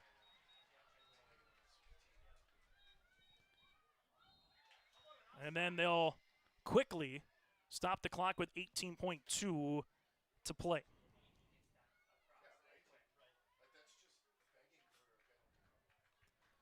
As now it's a 3rd down on the way. 3rd and a long 5 here for Central Cass. Can you get the 1st down? Clock stops. You can throw it across the middle, but then you got to get to line quickly. As we'll see it here for a pistol for Kegley. Back at his own 45-yard line. Kegley looking down the field. This one's going to be caught at the 38 inbounds. That goes to Hall, and it's a gain of 1. Central Cass has to go in a hurry right now. Clock continues to wind. 4th down upcoming. 6 seconds, 5 seconds. This looks to be the final play of the game. Kegley with the ball. Kegley will step up. Kegley slithering his way to left-handed side. Kegley will pitch it off to Cruchet. Cruchet will hand it here at the 40. Cruchet gets to the 35-yard line to the 30, and he will get wrapped out of bounds. The ball game is over. Cruchet with 15 yards to finish the game on the ground for 145. No flags on the play, and that'll do it on the Bank North scoreboard. Grand Forks Red River escapes on the road with a 2-point win over the Central Cass Squirrels here tonight in Castleton. Red River able to make the tackle inbounds, able to realistically put the game on ice to not allow Central Cass to have a quick call that they needed to throw down the field. Heads up play by Kegley to at least find Cruchet in the backfield to keep that play and that opportunity alive. But what this means now, 2 teams in the region are 2-0, Central and Kindred. 2 teams are 1-1, Red River and Central Cass. 2 teams are 0-2, Fargo South and Wahpeton. Wahpeton with a date on the way with Red River. Central Cass has a date with South at South next week. That is our final tonight on the Bank North scoreboard. Still to come, we'll get to our Tommy's Express Car Wash post-game show. Red River 19, Central Cass 17. The Rough Riders improved to 3-3 on the season, while Central Cass, they dropped to 4-2. Back with our post-game show after this as Red River comes on the road and picks up a scrappy victory tonight here in Castleton. At Castleton Lumber, they want to be part of every stage of your building project from the ground up. Let them assist with planning your project timeline in a way that's affordable and efficient. Castleton Lumber has everything you need to get the look you love with windows, siding, roofing, and doors. From choosing the right materials to the finishing touches, you can count on the folks at Castleton Lumber. Stop in and talk with the crew today or call 347-4471. That's 347-4471. Since its beginning, the Central Cass Booster Club has generated and helped sustain fan interest in the men's and women's athletic programs at Central Cass High School. Through the years, that mission has broadened to also enhance the youth programs throughout the community. For more information, search Central Cass Booster Club on Facebook or email centralcassboosterclub@gmail.com. That's centralcassboosterclub@gmail.com. Go Squirrels! At the Central Cass School District, excellence isn't just a goal, it's our mission by empowering individuals to make a positive impact. Central Cass School District is dedicated to providing students with an innovative curriculum supported by a variety of co-curricular activities from athletics and the arts to leadership and service, aiming to provide excellence between students, staff, family, and community. Central Cass School District, fostering student excellence by inspiring individuals to be their best. Growers, prepare your fields and yields against the wet conditions for 2025 and beyond with a drain tile project from Chad's Excavating out of Mayville. Drain tiling will improve and increase your yields and land values for years to come. Chad's Excavating provides free, detailed estimates, and with over 40 years of combined success, they provide professional installation and service. Call Chad today to prepare for your future and any questions that you might have. That's Chad's Excavating out of Mayville, helping farmers grow. Good football game here tonight in Castleton on our Tommy's Express Car Wash post-game show. From the Grand Forks Red River Rough Rider point of view, they played with the lead or tied. One time they were trailing at 17-13. They came back and eventually did take the lead at 19-17. Two big plays from Dosh. One was the 81-yard touchdown pass on a third down at the 19-yard line, and then on the opposite side, the fake punt that Dosh was able to get 25 yards on, and eventually on that possession scored the game-winning touchdown from the Red River perspective here tonight. Again, your final on the Tommy's Express Car Wash post-game report, 19-17, and two big field goals as well by Green to put this one away here for Grand Forks Red River. So all of a sudden now when you look at where the playoff seedings stand, Red River would have the game in hand if it's tied in terms of the same record to leapfrog over Central Cass. And Red River, again, will have their final three games at Wahpeton, home to South, and then rivalry with the Cushman Classic against Grand Forks Central. While for the Central Cass Squirrels, they will have at South next Friday on yourliveevent.com, home to Grand Forks Central on the 17th, then at Kindred on the 24th here. Both losses this season from the Squirrel perspective at home, and one possession losses, 28-21 against Devils Lake, and also this 19-17 loss here against Central Cass. As we take a look at your out-of-town scoreboard tonight for AA football, before we get to our final numbers here this evening, Grand Forks Central 49-14 over Wahpeton, and Kindred defeats Fargo South 35-3.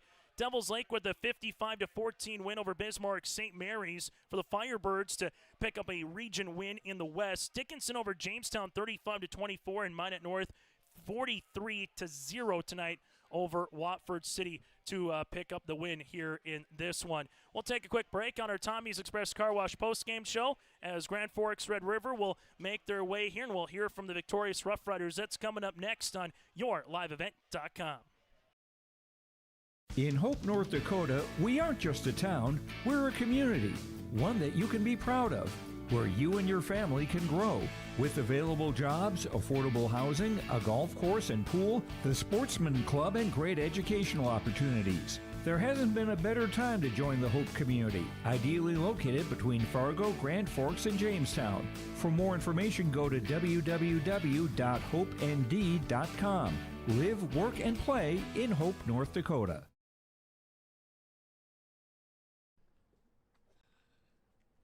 What was that? Is that top insurance? No, I'm pretty sure it's Toop Insurance.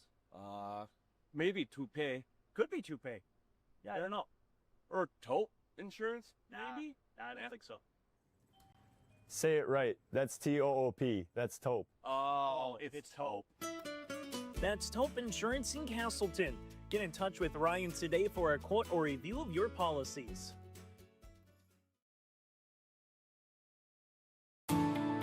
At Enbridge, we're focused on relationships. 23 Canadian First Nation and Métis communities now own an equity stake in Enbridge Athabasca Pipelines. In Minnesota, Enbridge has spent $450 million and counting, with Native-owned companies and in wages to tribal members working on Line 3. Every day brings new collaborations, partnerships, and possibilities. Learn more at Enbridge.com. As we continue on our Tommy's Express Car Wash postgame show, join us, the man who got the first touchdown of the game. That was 81-yard variety here, Mr. Iverson, as the senior in Noah, able to get his 14th and 15th receptions of the season. But also, let's talk about that 81-yard pitch and catch that got Red River up on the board in that second quarter early in this game, 7-0. Just kind of take us through the play call and what you kind of saw when all of a sudden you saw that ball kind of come up in the air from Mr. Dosh back there. Yeah, I mean, it was a run, and then Coach Kitea tagged me on the fade there, and then Dosh just aired it up to me. I beat him outside, used my track speed, and off to the races. When you can see a ball like that all of a sudden comes into a drop of the bucket kind of a catch, what does that do as a wide receiver when you can pretty much just catch it right in stride? Oh, it's awesome. And just right there, easy catch, beautiful ball. Take us through what Matt's kind of all about. I mean, he's now got the hat trick. He's got receiving touchdowns, rushing touchdowns, and passing touchdowns on the season. What's it like to see a guy who can play a multitude of possessions? Oh, it's great. He does everything for us. Defense, too. He plays everything. Yeah, it's awesome being on a team with a guy like that. Noah, how big is this win? You got Wahpeton next week, but how big is this win to get to 3-3, but more importantly, pick up a region win here tonight on the road? Oh, yeah, this is great. Puts us in the contention for playoffs here. This is great. Yeah, keep winning. What's the one thing that was maybe different offensively or defensively from this club? Obviously 3 losses, but all really good programs here on the season. What was one thing that was maybe a little bit different from other games this year? I mean, we came out, we wanted it, we played hard. I mean, the other games, I don't know, we didn't want it as much. We wanted it tonight. Hey, Noah, we'll let you go celebrate this one. Enjoy the weekend, and best of luck moving forward. Thank you. We'll take a quick break, and we'll hear from the QB after this here for Red River. Homegrown local radio is now worldwide with 24-hour streaming. Download the RJ Radio app to hear local voices from local radio with KRJB, KRJM, and KKCQ 24 hours a day from anywhere. You can listen to your favorite programs like the RJ Family Morning Show, local news, farm markets, music, high school sports, church services, more from anywhere. KRJB, KRJM, and 96.7 KKCQ is streaming on the RJ Radio app. Download it to your device and take us with you wherever you go. When you think about North Dakota State College of Science, don't think about college. Don't think about desks. Don't think about buildings. Don't think about our expert instructors or our high-tech classrooms. Think about that new pickup you'll soon be driving. Think about decorating your first apartments. Think about that great job that's already waiting for you. Then, think about how you'll be doing all of those things in just 2 years. North Dakota State College of Science, the smarter way to college. Go from the wide receiver to the QB here, at least on the offensive side tonight for Red River. That is Matt Dosh able to pick up the victory here for the Rough Riders. Matt, we'll talk about the 81-yard pitch and catch, but you're down 17-13. It's the fourth quarter. Was that a designed fake, or was that one where you had Vern say, hey, I trust you to read the defense, and if there's a couple of guys out there, punt the football away or take it the entire way and try to get that first down? If I'm being honest with you, I was supposed to punt the ball there. I saw Coach Knutson on the sideline pointing. I was like, does he want me to run this here? And then I was getting ready to punt it, and I looked, and there was nobody there. I was like, well, there was only like 4 or 5 yards. I was like, I can get this with my legs easily. Able to get that first down. What does that all of a sudden do when you get that first, not a trick play, but on a fourth down play deep in your own territory, and all of a sudden, boom, you're at the 50-yard line? Yeah, it gave our offense a ton of momentum there just to keep moving the ball forward and then eventually punch it in. Able to get the touchdown. Take us through the last couple of minutes of this game. How tight was it trying to get the first down? Squirrels get the ball. Take us just kind of through what the last minute and a half was like offensively and defensively. Yeah, it was very tense. When we muffed that punt, I thought we were in trouble, if I'm being honest with you. But credit to all of our guys, defense and offense. We stepped up, made plays, and it was just great to see. You also made 2 other really good plays. We'll talk about one of them being the holder, right? All of a sudden, a high snap comes up. I don't know if it's another half a foot, if you're able to bring that down before maybe it's a kick that gets blocked or it goes above your head. As a snapper, as you're able to put that one down, what's kind of going through your mind when you see Green, Riley put that one through the uprights? It was great to see. That was actually his first and second career field goal ever, which is great to see. Good for Rylan. I just get the snap down and get the hold down, and he did the job from there. You had a Manassa 44-yard catch, also able to talk with Noah there for the 81-yard catch. Just take us through what those 2 plays were with that nice little spiral through the air, kind of almost a moonball-esque on that one particularly. Yeah, we just saw the press man coverage with no safety valve over the top, and Coach tagged the fade on both of them, and I just put it out there and let my guys go get it. Final thing that I have for you, Matt, what's one thing from this 4-quarter football game that you hope to bring to the last 3 games, including Wahpeton next week on the road? Just taking it week by week, I would say, just trying to go 1-0 every week. Just we need to heal up is what we really need to do. But I would just moving forward and keeping the train rolling. Yeah, for sure. Trying to pick up a second region win next week against the Huskies. That is Matt Dosh with us here, one of our players of the game. Matt, congratulations on the win and best of luck moving forward. Appreciate it. We'll take a quick break and continue with more after this on our Tommy's Express Car Wash postgame show. Buying and selling heavy equipment at purplewave.com saves time and money. We handle all of the details, including pictures, videos, marketing, titles, and payments. It was almost immediately over the top with the customer service. I've just never ever experienced that before with any other auction service. They're constantly working for me as the seller, and I really like that. Purple Wave Auction is straight, simple, sold. As we continue on our Tommy's Express Car Wash postgame show, I love honesty, right? You asked Mr. Dosh there, was that called a fake? Was it an RPO as a punter to kind of run and kick, or an RKO, right, run kick option? Nope. I just went to go make a backyard play, and it worked out, got the first down, and obviously sometimes as a senior you got a gut. Sometimes you just understand the game. and he rolled out to the right-hand side, found some space, got it, and that definitely is our play of the game, brought to you in part by Agassi Precision Ag, our precision planting dealer at Agassi Precision Ag, your local precision planting dealer. Visit planterdoc.com. That's planterdoc.com. Agassi Precision Ag in Hillsborough at 701-436-2119. Quite honestly, if Red River does not get the fake punt that was not called for a fake punt, they could easily give the ball back to Central Cass and maybe never get in the end zone, but they were able to top it off with the 1-yard QB keeper by Dosh to eventually put it in. That is our play of the game, our Enbridge Energy player of the game. Got to give it to Dosh on top of it as well. 196 yards, first start of the season here after Reese Walters goes down with an injury, unable to start here tonight. But Mash Dosh did a really good job. Also defensively, I would say the linebackers in the secondary tonight for Red River were on point. Not a lot of missed tackles. Central Cass puts you in space, and their corners, their linebackers made more tackles than not. So give it to the secondary and the linebacking crew of Red River, but also Dosh, what he was able to do offensively here this evening with 196 yards passing on 10 of 16. Also 8 carries for 47 yards and a rushing touchdown as well here for Dosh. He is our Enbridge Energy player of the game. Go to enbridge.com for career opportunities. As we continue with more here on yourliveevent.com, as we take a look at just the final stat line here for you. 328 yards of offense for Red River in the game, 132 yards on the ground, 196 again in the air. Leading receiver was Iverson, as he had 2 catches for 107 yards and a touchdown. Piper had 3 for 28 and a couple of big ones as well. Brandvold with the leading rusher, 27 carries for 86 yards. While for the Central Cass Squirrels, leading rusher is Cruchet, 35 carries for 114 yards, 145 yards that is, 145 yards rushing for Cruchet.